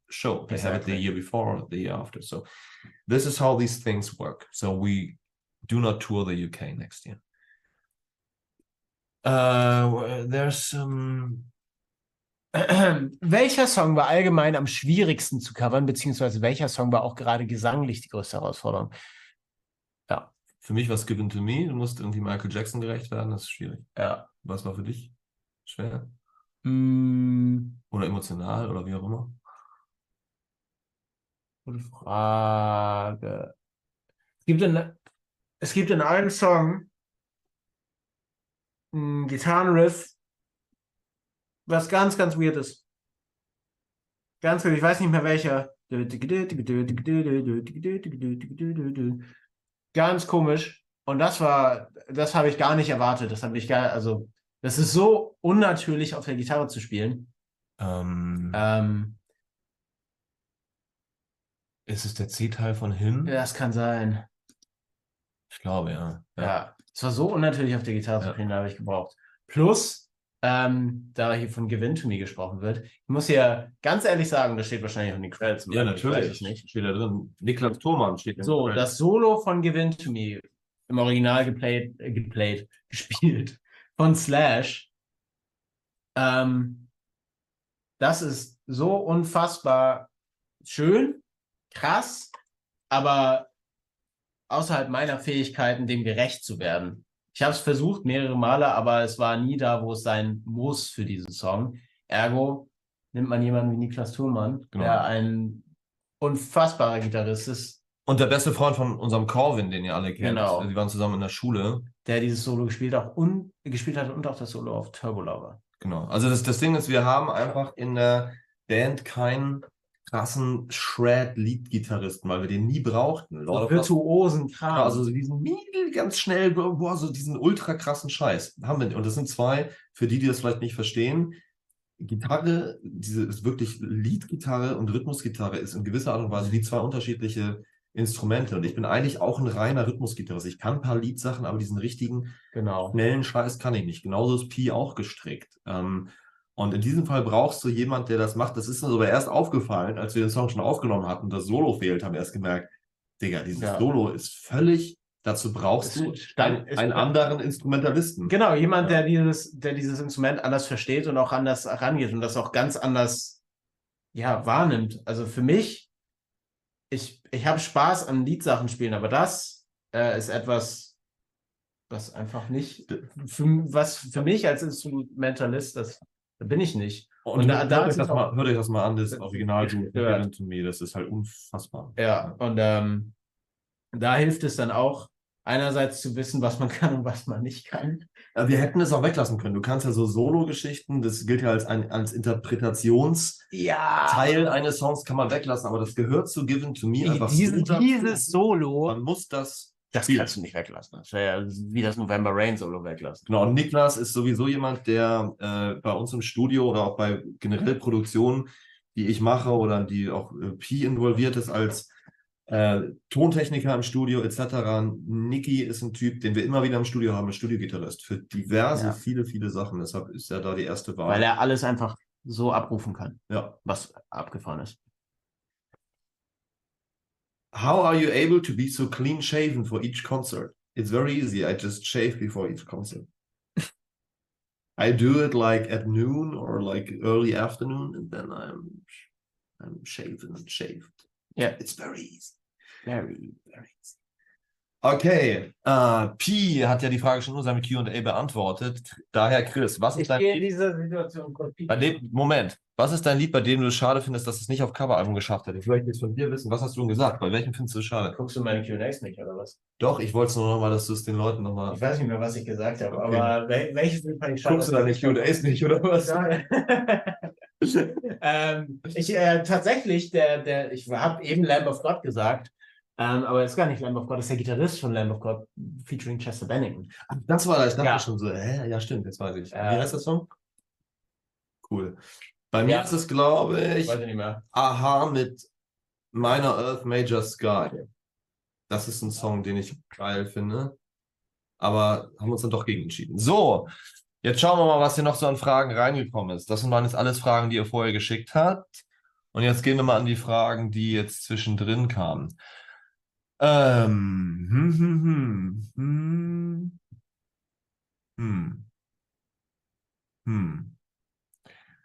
Was was at Powerwolf?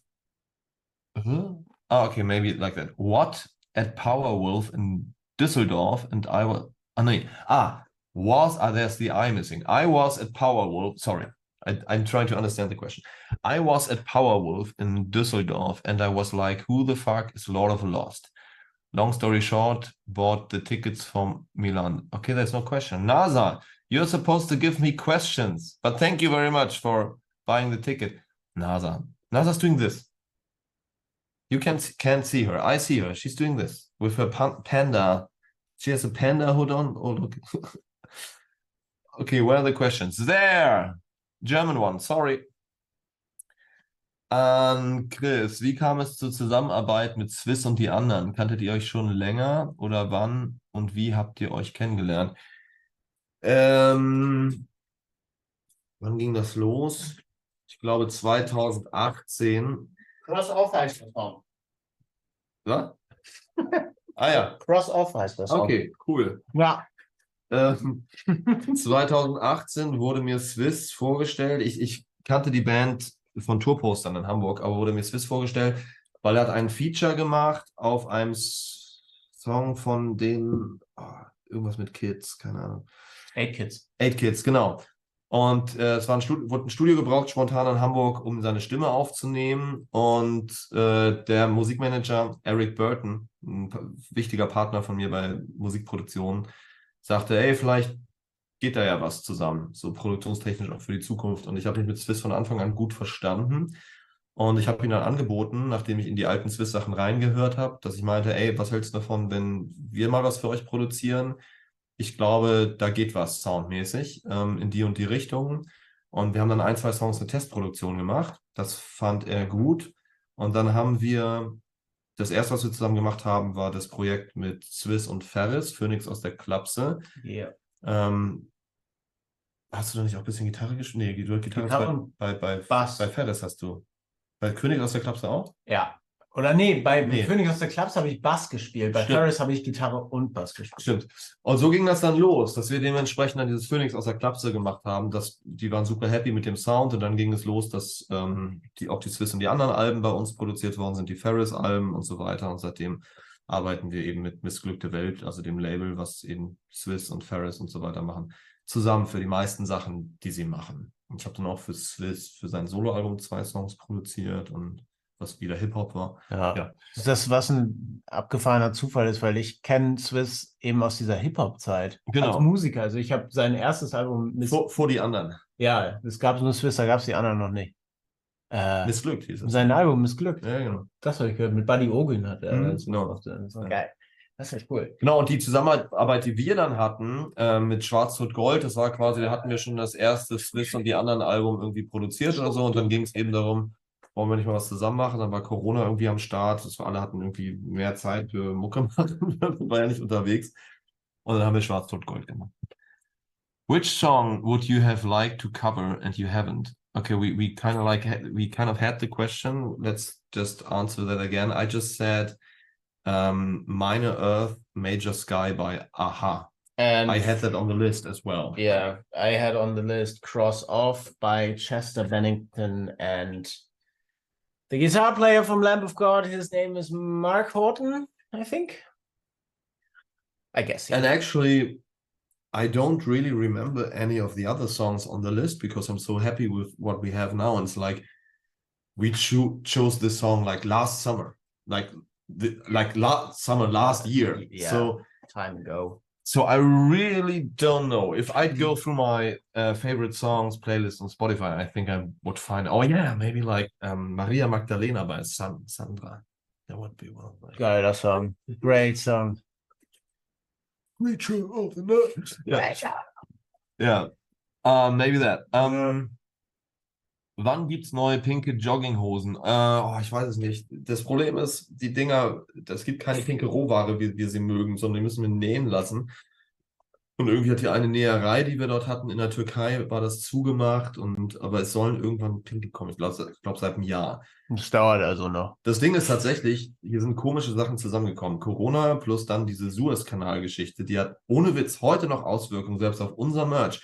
Wenn ihr euch fragt, warum habt ihr gerade keine Zipper, kein dies und das, dann liegt das daran, dass wir immer diese organische Rohware wollen mit CO2-neutralem Druck und Dings und Bums und Bio und Öko und alles für eine bessere Welt und nicht eben jeden Scheißartikel. Und diese Sachen haben teilweise so unendlich behinderte Lieferzeiten. Es ist echt krass, bis wohin das gereicht hat, dass da so ein Schiff stecken bleibt. Ja. Es gibt jetzt noch für uns Rohware für Merch Product, es gibt jetzt noch eine Knappheit in den ganzen Verbrauchsartikeln, was so Schlagzeug angeht, Schlagzeugfälle, Sticks, Gitarrenseiten, Gitarrentuner, all so ein Kram. Plastik für Plektren. Ja, das ist alles dauert. Und deshalb haben wir tatsächlich immer noch keine pinken Jogginghosen, aber vielen Dank mal für die Erinnerung. Ich werde mir das tatsächlich mal aufschreiben, dass ich da mal nachfrage. Ja. Pinke Jogger. So, ich habe mir mal eine Mail geschrieben. So. Would you do another small club tour in the future? Is it something you... Yes, sure. We do a small club show before LORDFEST in December. That was sold out within just a couple of hours. 400 people, and we're gonna do that again, of course. Yeah, I could imagine like announcing like these surprise shows in various cities and countries at one point. You know, actually, in some countries, some of the people think that we are so big everywhere. Some of the countries, our regular shows are just small club shows. That's true, yeah. But when I'm thinking of if at some point we could do that, if small club shows are regular. Yeah. Then I'd love to announce like 2 days ahead. Yeah, surprise show. But you can only do that in like certain cities, like these 2 days ahead things. You really have to do in cities where you actually really in capital cities. Really, in countries where you're really big. For instance, if we would have played Armenia and Georgia, which we sadly couldn't do because like very short before there was the breakout of the war between Azerbaijan and Armenia, and for security reasons we decided not to go there. These would have been small club shows with like 200 people. Yeah, still something. So we're not that. It's not that big. That's what she said. It's not that big. We're just everywhere. That's also not what she said. Yeah. No, we know that we are quite big somewhere, but sometimes just regular shows, small club shows. Ja. Wie kommen Support Acts zustande? Wie kam es von Support Acts 15 Jahre Tour? Ach, das ist ganz einfach. Maßgeblich Bands, die wir geil finden. Ja. Natürlich kommen immer wieder offizielle Partner wie Booking-Agentur oder das Label und sagen, ey, wollt ihr nicht mal die mitnehmen? Und dann hören wir rein und wenn wir sagen, geil, warum nicht? Also zum Beispiel Blitz Union war ein Vorschlag von Extra Tours, unserer Booking-Agentur. Ich kannte die nicht. Und dachte so, ja, gefällt mir ganz gut, muss ich aber mal live sehen. Und dann mal geguckt auf dem Amphi-Festival. Und ich fand die Jungs echt gut und das sind sympathische Jungs irgendwie. Ich mag das, mag die Energie. Lustige, skurrile Mischung aus Pop und Indie und Gothic irgendwie, auch so visuell, eine sehr visuelle Band. Und haben gesagt, ja, klar, andere Bands sind Freunde seit 1000 Jahren. Hell Boulevard. The Raven Age lag nahe, weil wir haben sie kennengelernt, erstmal auf der Maiden-Tour. Der eine Gitarrist bei The Raven Age ist der Sohn von Steve Harris. Den Bassisten von Iron Maiden. Genau. Und da waren dann die Gespräche mit, ey, vielleicht können wir mal zusammen auf Tour gehen. Yeah, why not? Yeah, geil. Und dann geht das los. And from yeah, why not? Dann anderthalb Jahre bis 2 Jahre später, fast 2 Jahre später war es dann wir gehen zusammen auf Tour. Das war letztes Jahr, dass man das irgendwie... Stimmt, wir haben letztes Jahr schon mit The Raven Age gesprochen, ja, genau. Da haben wir die irgendwo kennengelernt, irgendwo gesehen. Einige, genau, bei der British Lion Show haben wir den einen. Ja, und das, also das ist, aber maßgeblich müssen es einfach Acts sein, die wir feiern, aus welchem Grund auch immer. Also man kann sich bei Lord of Lost nicht draufkaufen. Wir sind keine Band, die sagt, ist egal, wer bei uns spielt, Hauptsache ihr zahlt uns viel Geld, sondern wir sagen... Ja, das muss schon passen. Wir nehmen Bands mit, auf die wir richtig Bock haben. Wo man noch ein gutes Bauchgefühl hat, weil wir sind großer Verfechter davon zu sagen, mit allen, mit denen wir auf Tour sind, muss es auf irgendeine Art und Weise auf jeden Fall stimmen.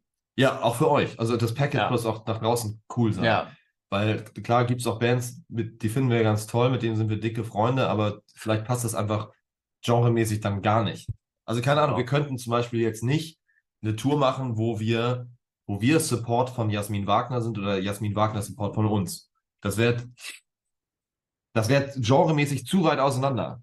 Ne? Auch wenn es witzig wäre. Aber das heißt. wäre witzig für eine Show. Genau. Wird super. Können wir nicht mal machen. Wollen wir mal schreiben. Genau. Also es muss irgendwie passen in jeglicher Hinsicht. Ja. Would you do another question for Chris? Did Per Gessle, that's the dude from Roxette, get back to you about the songwriting collab we all asked for? Is that a possibility? No, sadly, not yet. So you can keep on annoying him on every possible channel, and I will keep on writing and annoying the Roxette management. I think I'm in all spam folders they have after writing to them for like 15 years now. Yeah. You know where he lives. Wouldn't be creepy at all to just go there. I think he lives in Halmstad.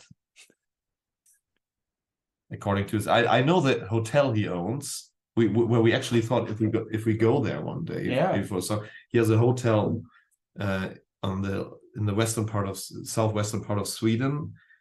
I'm not like, it's not like creepy secrets here, you know, like everybody knows that he has his hotel, and so if you go there, you actually have a chance to meet him because he's there a lot. And we actually thought about going to that hotel when we play in Malmö next year. But it was just a little too far away and already booked fully. So yeah, won't happen yet.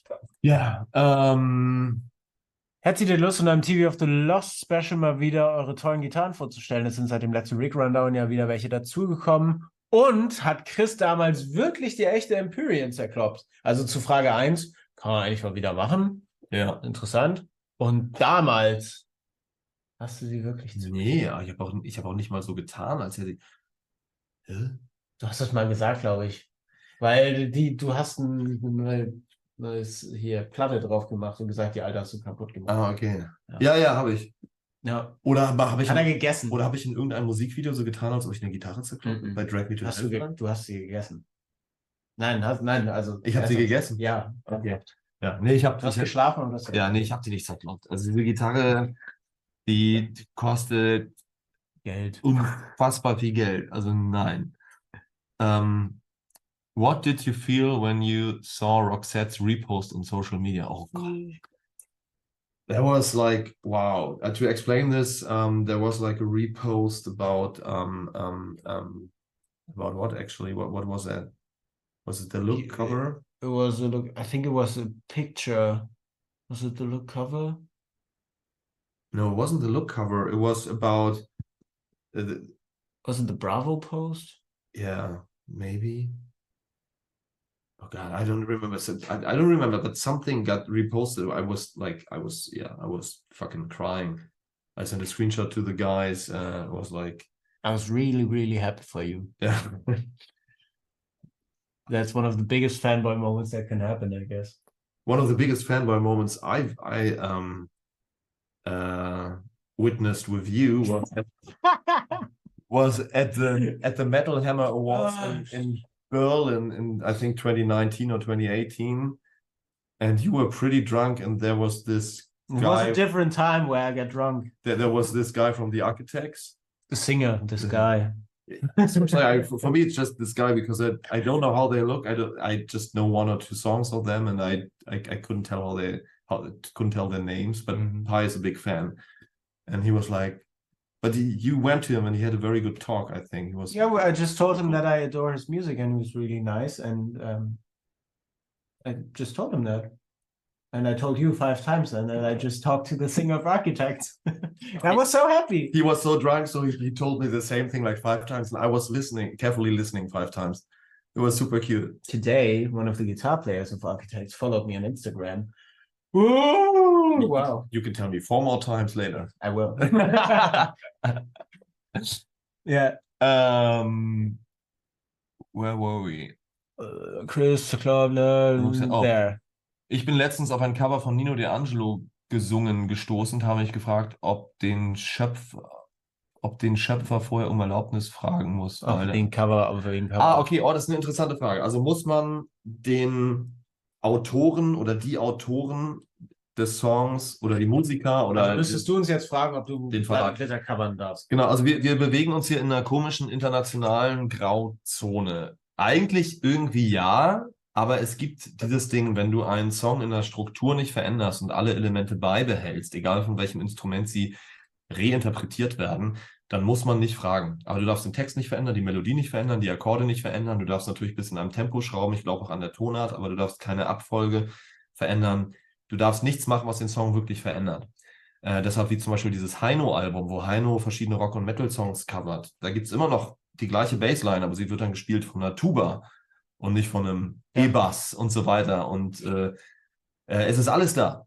Und wenn du quasi ein sogenanntes reines Cover hast, dann musst du nicht fragen. Und das Geld, was wir vorhin erklärt haben, kommt den Autoren sowieso zugute. Wenn du Sachen veränderst, ist es eine sogenannte Bearbeitung. Und da muss man um Erlaubnis fragen. Und das kann ewig dauern, bis man sowas bekommt. Und du kannst natürlich auch eine Absage bekommen. Das Problem ist, es ist eine juristische Grauzone, also du kannst es nicht messen, ob es ein reines Cover ist oder ob es schon zu viel Bearbeitung ist. Das heißt, es kann durchaus sein, dass irgendjemand kommt und sagt, ey, ihr habt mich nicht gefragt, ob die Bearbeitung ist zu doll bei dem Song und auf einmal haben wir irgendwie eine fette Klage. Das kann richtig scheiße werden. Ja. Aber wir haben uns Mühe gegeben, richtige Cover zu machen, also reine Cover. Ja. So. Genau. About song covers, how do you guys feel when you hear covers of your songs? Is it good, not good, weird, flattering? It's always flattering in one way or another because you took the time of your day to learn a song of ours and cover it. It's pretty nice. Talking about good or bad, I mean, like, I really don't want to value or judge like people's capability of playing their instruments or how well they sing or whatever. I think it's all about the effort. When someone does a cover, I feel like it's warming my heart. So and good, not good, you cannot measure that. And it's an honor. It's always an honor. Yeah. And this is actually what we felt, what gave us the confidence to actually even join Michael Jackson, whatever. Like of course, he's not alive anymore. So he cannot tell you if you like it or not. But we think, I don't know one musician that doesn't like it if someone comes and sings their songs or plays their songs. All the musicians I know say, wow, I feel honored when someone, and it's interesting when someone is doing their take on my song. Also, we give them money basically by that. Yes, of course. But maybe there are musicians out there which hate that. But I don't know. I don't know one single one. So. Yeah, true. And we know all of them. Yes, all of them. We know all musicians and all of their songs. We know all the music. Sure. Yes, we just don't tell you. We even invented music back then. Yes. Ja. Bekommt die Geschichte von Till Death Us Do Part und My Constellation noch eine Fortsetzung? Ich würde jetzt einfach mal sagen, ziemlich bestimmt. Wir haben sogar schon ein paar Mal darüber gesprochen.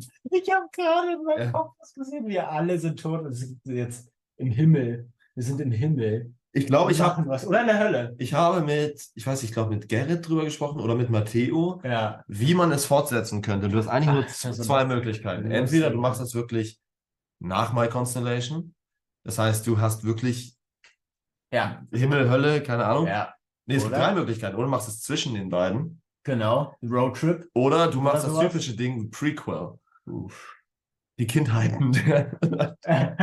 Oder keine Ahnung. Es gibt viele Möglichkeiten, aber oh nee, da müssen wir mal weiterspinnen, weil also mir gefällt so ein Zwischending oder Sequel, glaube ich. Ich finde Sequel am besten. Alle im Himmel. Zwischending ist auch. Da gibt es viele Möglichkeiten. Oder so ein super weirdes LSD-Video. Das ist so der Nahtoderfahrung. Das ist Nahtoderfahrung. Kurz bevor man ins Licht geht. Und im Video entscheidet es sich, ob man ins Licht geht oder nicht. Ja, es ist ein interaktives Video. Oder nicht. Die ZuschauerInnen können entscheiden, gehst du ins Licht oder nicht. Eine vierte Version. Zombies. Ja! Zombie-Video. Hammerteuer. Aber auch gut. Wir fangen wieder an in dem Wohnzimmer. Oh Gott, der Hausbesitzer wird sehr happy sein. Wir fangen wieder an in dem Wohnzimmer, müssen alles wieder mit Blut anmalen. Ja. Marc Benecke kommt. Und wir machen auf und wir fressen. Marc Benecke kommt als Dr. Frankenstein und setzt uns neu zusammen. So. Alter. So, er macht eine Figur aus uns 5. Ja, voll. Und dann wollen wir uns dann wollen wir uns rächen. In wem auch immer. Uns rächen. Ja, ich glaube ja, dass das Weihnachtsbaby ist schuld. Vielleicht. Das hat alle umgebracht. Egal. Ja, also. Das ist mittlerweile erwachsen und hat ein eigenes Leben. Und fährt einen Opel Manta. Ja, es ist super. Ja, servus. Okay. Aber sagen wir mal so, ich bin mir relativ sicher, es wird irgendeine Fortsetzung geben, wo die zeitlich dann liegt im Universum. Vielleicht können wir mit so einem Star Wars Text am Anfang beginnen, so einen gelben Text. Ja, unbedingt. Okay. Ich möchte eine Fortsetzung machen. Ja. Wir müssen eine machen. So. Oh, Es wird halt sicherlich kein erstes Video zu einem Album sein. Du musst erstmal quasi das Konzept des Albums pushen Irgendwann in zwischendrin. die Welt und dann wieder Am Ende. So wie, keine Ahnung, Absolute Attitude ist ja auch so ein Ausreißer. Ja. Nach wie vor, glaube ich, eins meiner Lieblingsvideos, Absolute Attitude. For Chris, I see that you often post very beautiful photos of your childhood and adolescence. What do you miss most about that period? Is there any memory in particular that takes you back to those days?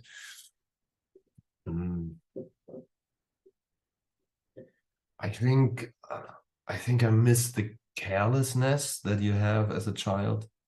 Like everything feels so carefree and light. You know, when you look at a song like We Were Young, talking about this thing like which connects us all, which is like childhood, these endless summers, summer holidays, 6 weeks felt like 1 year. Don't wear shoes, just a shirt, like same shirt for all the weeks, and you go to the beach and you play in the water, and you know, I think this freedom, that there was no pressure, nothing. I think this maybe. Yeah.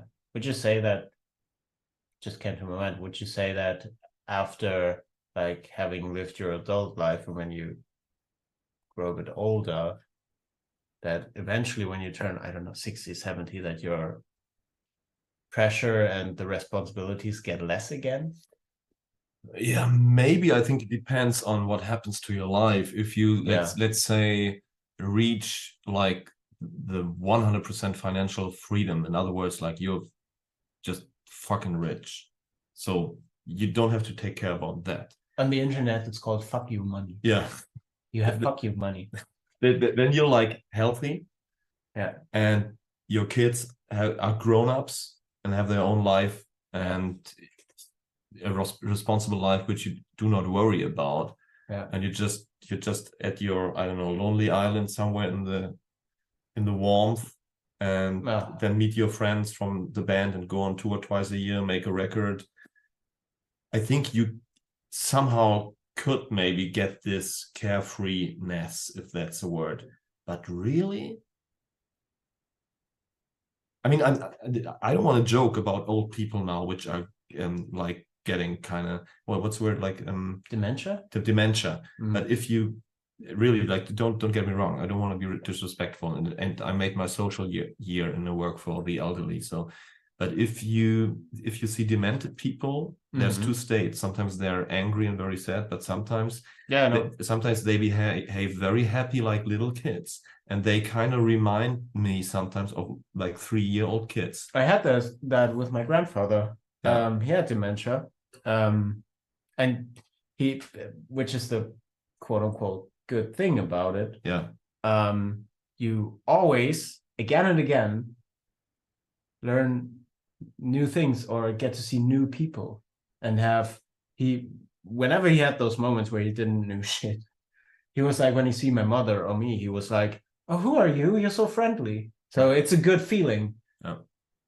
When he realizes this moment comes, or afterwards he realizes this moment was had, obviously it's bad.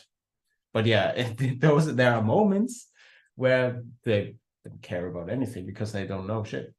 Like a child in a way. Yeah, I think in these moments you might have this feeling, but you are not there to reflect on it and know about it. I think, because it's like, and I must say I don't really want this feeling. It's not what I'm striving for. I'm really happy with where I'm right now, and I'm not getting sad like thinking about how it was like being a kid. Maybe like sometimes for a second or something, like the sentimental feel, but it's actually it's a warm feeling, sadness, like this positive melancholy. Yeah, it's like, melancholy does not need to be destructive all the time. So no, at least not for me. So but that's a really interesting question, actually. Pi, wie geht es euch Danke. bei den Meet and Greets? Ist das einfach nur Arbeit für euch und nervt vielleicht sogar manchmal? Oder habt ihr da so richtig Bock drauf? Nervt richtig, ne? Nur. Ist nur Arbeit. Du nervst richtig, ne? Ja. Ich würde sagen, meine ganz ehrliche Antwort, wenn wir da keinen Bock drauf hätten, würden wir es nicht machen. So, das ist schon eine ziemlich schöne Sache auch, weil man auf eine ganz andere Art und Weise als bei einem Konzert zum Beispiel, ich sage jetzt mal, auf Augenhöhe miteinander reden kann, weil Augenhöhe meine ich tatsächlich buchstäblich, weil Publikum, Bühne, das ist nicht auf Augenhöhe und es ist auch kein Dialog, es ist eher ein Monolog auf eine Art, wobei ja auch eine Reaktion zurückkommt. Es kommt ein Gefühl zurück, aber es kommt in der Aktivität eher... Genau. Ja. Genau. Es gibt Momente, und ich glaube, die Momente hat jeder Mensch, dass man mal nicht mit anderen Menschen reden will. Es liegt dann aber nicht an den Menschen, mit denen man redet, sondern an der Situation, in der man sich selber befindet und im Gefühlszustand. Und weiß ich, wenn es jetzt zum Beispiel eine Tour ist, könnte ich mir vorstellen, wo man unfassbar wenig schläft, irgendwas läuft schlecht oder keine Ahnung, irgendwas, wo man es kommen auf jeden Fall Dinge dazu, die einem sich nicht so gut fühlen lassen. Dann kann ich mir vorstellen, und die Momente gab es auch schon bei mir persönlich, wo ich dann mir denke, ich habe jetzt generell nicht so Lust, mit Leuten zu reden. Das liegt aber nicht an den Leuten und schon gar nicht an den Leuten, die beim Meet and Greet sind, sondern generell. Und in den Momenten fühlt es sich dann etwas mehr nach Arbeit an. Aber das würde es sich auch anfühlen, wenn ich jetzt zum Bäcker gehen müsste und mir ein Brötchen holen muss. Genau, also was Pi sagt, grundsätzlich würden wir es nicht machen, wenn wir keinen Bock drauf hätten. Natürlich hat man einen schlechten Tag. Ich muss sagen, ganz grundsätzlich ist es so, dass es Idioten immer überall geben kann. Auch und dass es immer auf das Individuum ankommt. Und dass es auch beim Meet and Greet passieren kann, dass jemand kommt, der irgendwie anstrengend für dich ist oder eine bestimmte Grenze an Nähe oder man kennt sich halt nicht so. Also angenommen, da kommt jetzt jemand und steckt mir sofort die Zunge in den Hals. Was wahrscheinlich auch, also ein Stück weit kann ich es nachvollziehen. Ja. Aber ich wollte sagen, dass es tatsächlich noch nie passiert bei einem Meet and Greet bis jetzt. Aber ich würde sagen, das kommt aufs Individuum an. Wenn da jemand kommt, der einfach in der Lage ist, nicht empathisch zu agieren. Genau, und so die Euphorie vielleicht auch nicht ganz so reflektiert und einfach euphorisch an die Sache rangeht und einem um den Hals fällt und man gerade selber ist gerade nicht so auf Körperkontakt. Aber bis jetzt war das alles gut. Es gab einen Moment für mich, der scheiße mal war. Und zwar ein Meet and Greet, wo die Leute kamen schon rein und mein Handy klingelte und es war eine der Personen aus der Familie, wo ich rangehe. Wo ich weiß, es ist wahrscheinlich ein Notfall. Ich gehe ran, dann hieß es, ich habe einen Autounfall gebaut. Auto ist Schrott. Ist was passiert? Irgendein Mensch? Nein, ist nichts passiert. Aber Auto war Schrott. Und dann musste ich trotzdem kümmern, weil alles scheiße und so. Und das Meet and Greet begann. Und diese 30 Minuten Meet and Greet, die haben sich angefühlt für mich wie 5 Stunden. Nicht euretwegen, aber weil ich einfach ganz woanders war. Und dann musst du... Genau so was. Da wollte ich aber dann nicht sagen, weil ich wusste, ich kann sowieso nichts machen. Ich kann jetzt nicht nach Hause fahren. Ich war weit weg von zu Hause. Und es war auch nicht das Bedürfnis, dass ich jetzt am Telefon bleibe. Ich hätte die halbe Stunde sonst da Backstage allein gesessen, aber ich habe dann gesagt, okay, ich mache das jetzt. Ja. Dann lächelst du, aber denkst, nicht scheiße. Genau. Mir geht es gerade nicht gut, ich mache mir gerade wirklich Sorgen. Das kann passieren. Das kann passieren, ja. Wie groß ist euer... Another English one and another German one. Ja. For Chris, that scrapbook you flipped through during the One Last Song video, is it a scrapbook or was it created specifically to shoot that scene? Do I have it here? No, I actually don't have it here. We are at the Lost place here. It's our lot of Lost flat, so I don't have many private things here. It's a scrapbook. Find the behind the scenes video. Yeah. Look on YouTube. One Last Song behind the scenes. It's my scrapbook with like newspaper articles of Roxette. Yes. Und die German One. Wie groß ist euer abrufbares Repertoire an Songs? Geht ihr bei der Setlist manchmal auf Fanwünsche ein? Abrufbar jetzt so? Nee, eigentlich irgendwie gar nicht. Also wir sind ja, also was sowas angeht, sind wir echt bürokratisch. Wir planen, welche Songs wir fürs Jahr spielen können müssen, dann werden die geübt und dann können wir aus dem Repertoire das holen. Genau, es gibt so einen Live-Pool quasi für das Jahr. Genau, den ändern wir immer, aber so richtig so spontan, wenn jetzt einer kommt und sagt, spielt mal, keine Ahnung, let's say, From the Cradle to the Grave. Ich wüsste jetzt kein einziges Wort gerade. Nee. So. Weil es ist im Gegensatz zu euch, ist es jetzt nicht so, dass wir alle unsere Musik die ganze Zeit hören. Wir hören viel unsere Musik, aber meistens das Aktuelle und die ganzen Sachen, die ihr noch nicht kennt. Wir hören ganz viel die Sachen, an denen wir gerade arbeiten. Und ich höre manchmal aus sentimentalen Gründen dann nochmal, keine Ahnung, Antagony auf einer langen Autofahrt. Und denke teilweise, ach, den Song gab's, der ist ja gar nicht so scheiße, geil. Stimmt, den gibt's ja auch noch. Ja, der gefällt mir richtig gut. Ganz oft. Aber es gibt so viele Songs, die habe ich völlig vergessen. Und man kommt erst zu den Songs, wenn man aktiv mal wieder sucht, wenn man eine Setlist zusammenstellt und guckt, was machen wir denn mal. Genau. Aber wenn jetzt einer kommt, wie so ein Song wie From the Cradle to the Grave, würde ich sagen, ja. Und geht man da auf Fanwünsche ein? Also so richtig spontan geht sowieso nicht. Wenn man jetzt zum Beispiel bei einer Show sich jemand einen Song wünscht, keine Ahnung, spielt den und den Song, das geht natürlich nicht. Ja. Eben aus diversen Gründen. Einerseits, wir haben einen Live-Pool, auf dem wir uns vorbereiten and that's it. Andererseits aber auch, weil das rein technisch gar nicht möglich ist, weil bei uns eben diverse Tracks mitlaufen, wo Sachen drauf gespielt werden, die zum Beispiel unsere Extremitäten in dem Moment mit 5 Leuten auf der Bühne übersteigen. Genau, also Gerrit spielt live auf der Bühne Keyboards, Klavier, aber viele von den Soundscapes, die da noch sind, kommen vom Band. Also wir haben den Computer als 6. Bandmitglied. Genau. Plus eben, da kommt Klick und so weiter und das ist alles angelegt. Das heißt, du kannst da nicht einfach mal so einen neuen Song reinwerfen und den auf Klick mit Spuren etc. spielen. Das geht nicht. Das ist das Gegenteil von einer Jazzband, ne? Also wo man improvisiert und alle so zusammen, sondern das ist tatsächlich bürokratisch und sehr technisch. Genau.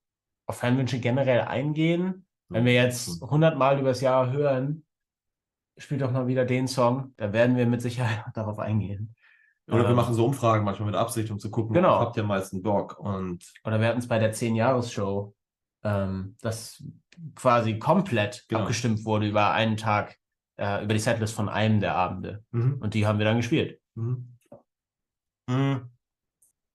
So, Freunde, wenn ihr was tippt oder getippt habt, vielen Dank. Die Hälfte geht an NASA. If you send tips or if you're still tipping, 50% is going to NASA. Thanks in the name of NASA. Yeah, we're gonna leave here in 5 minutes or 3 or 2. Danke, wir gehen hier bald, vielleicht nochmal als Erinnerung.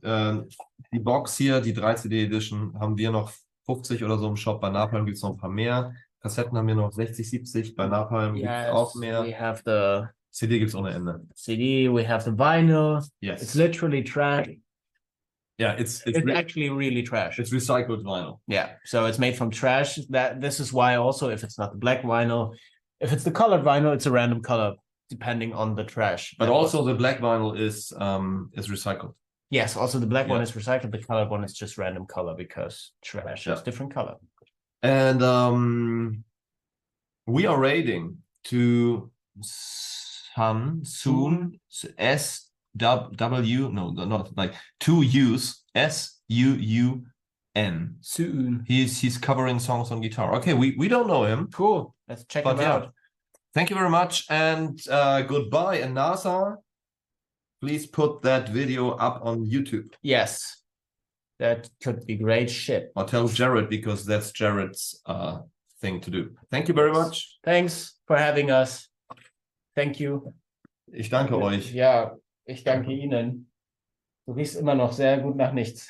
Bye. Endlich Feierabend.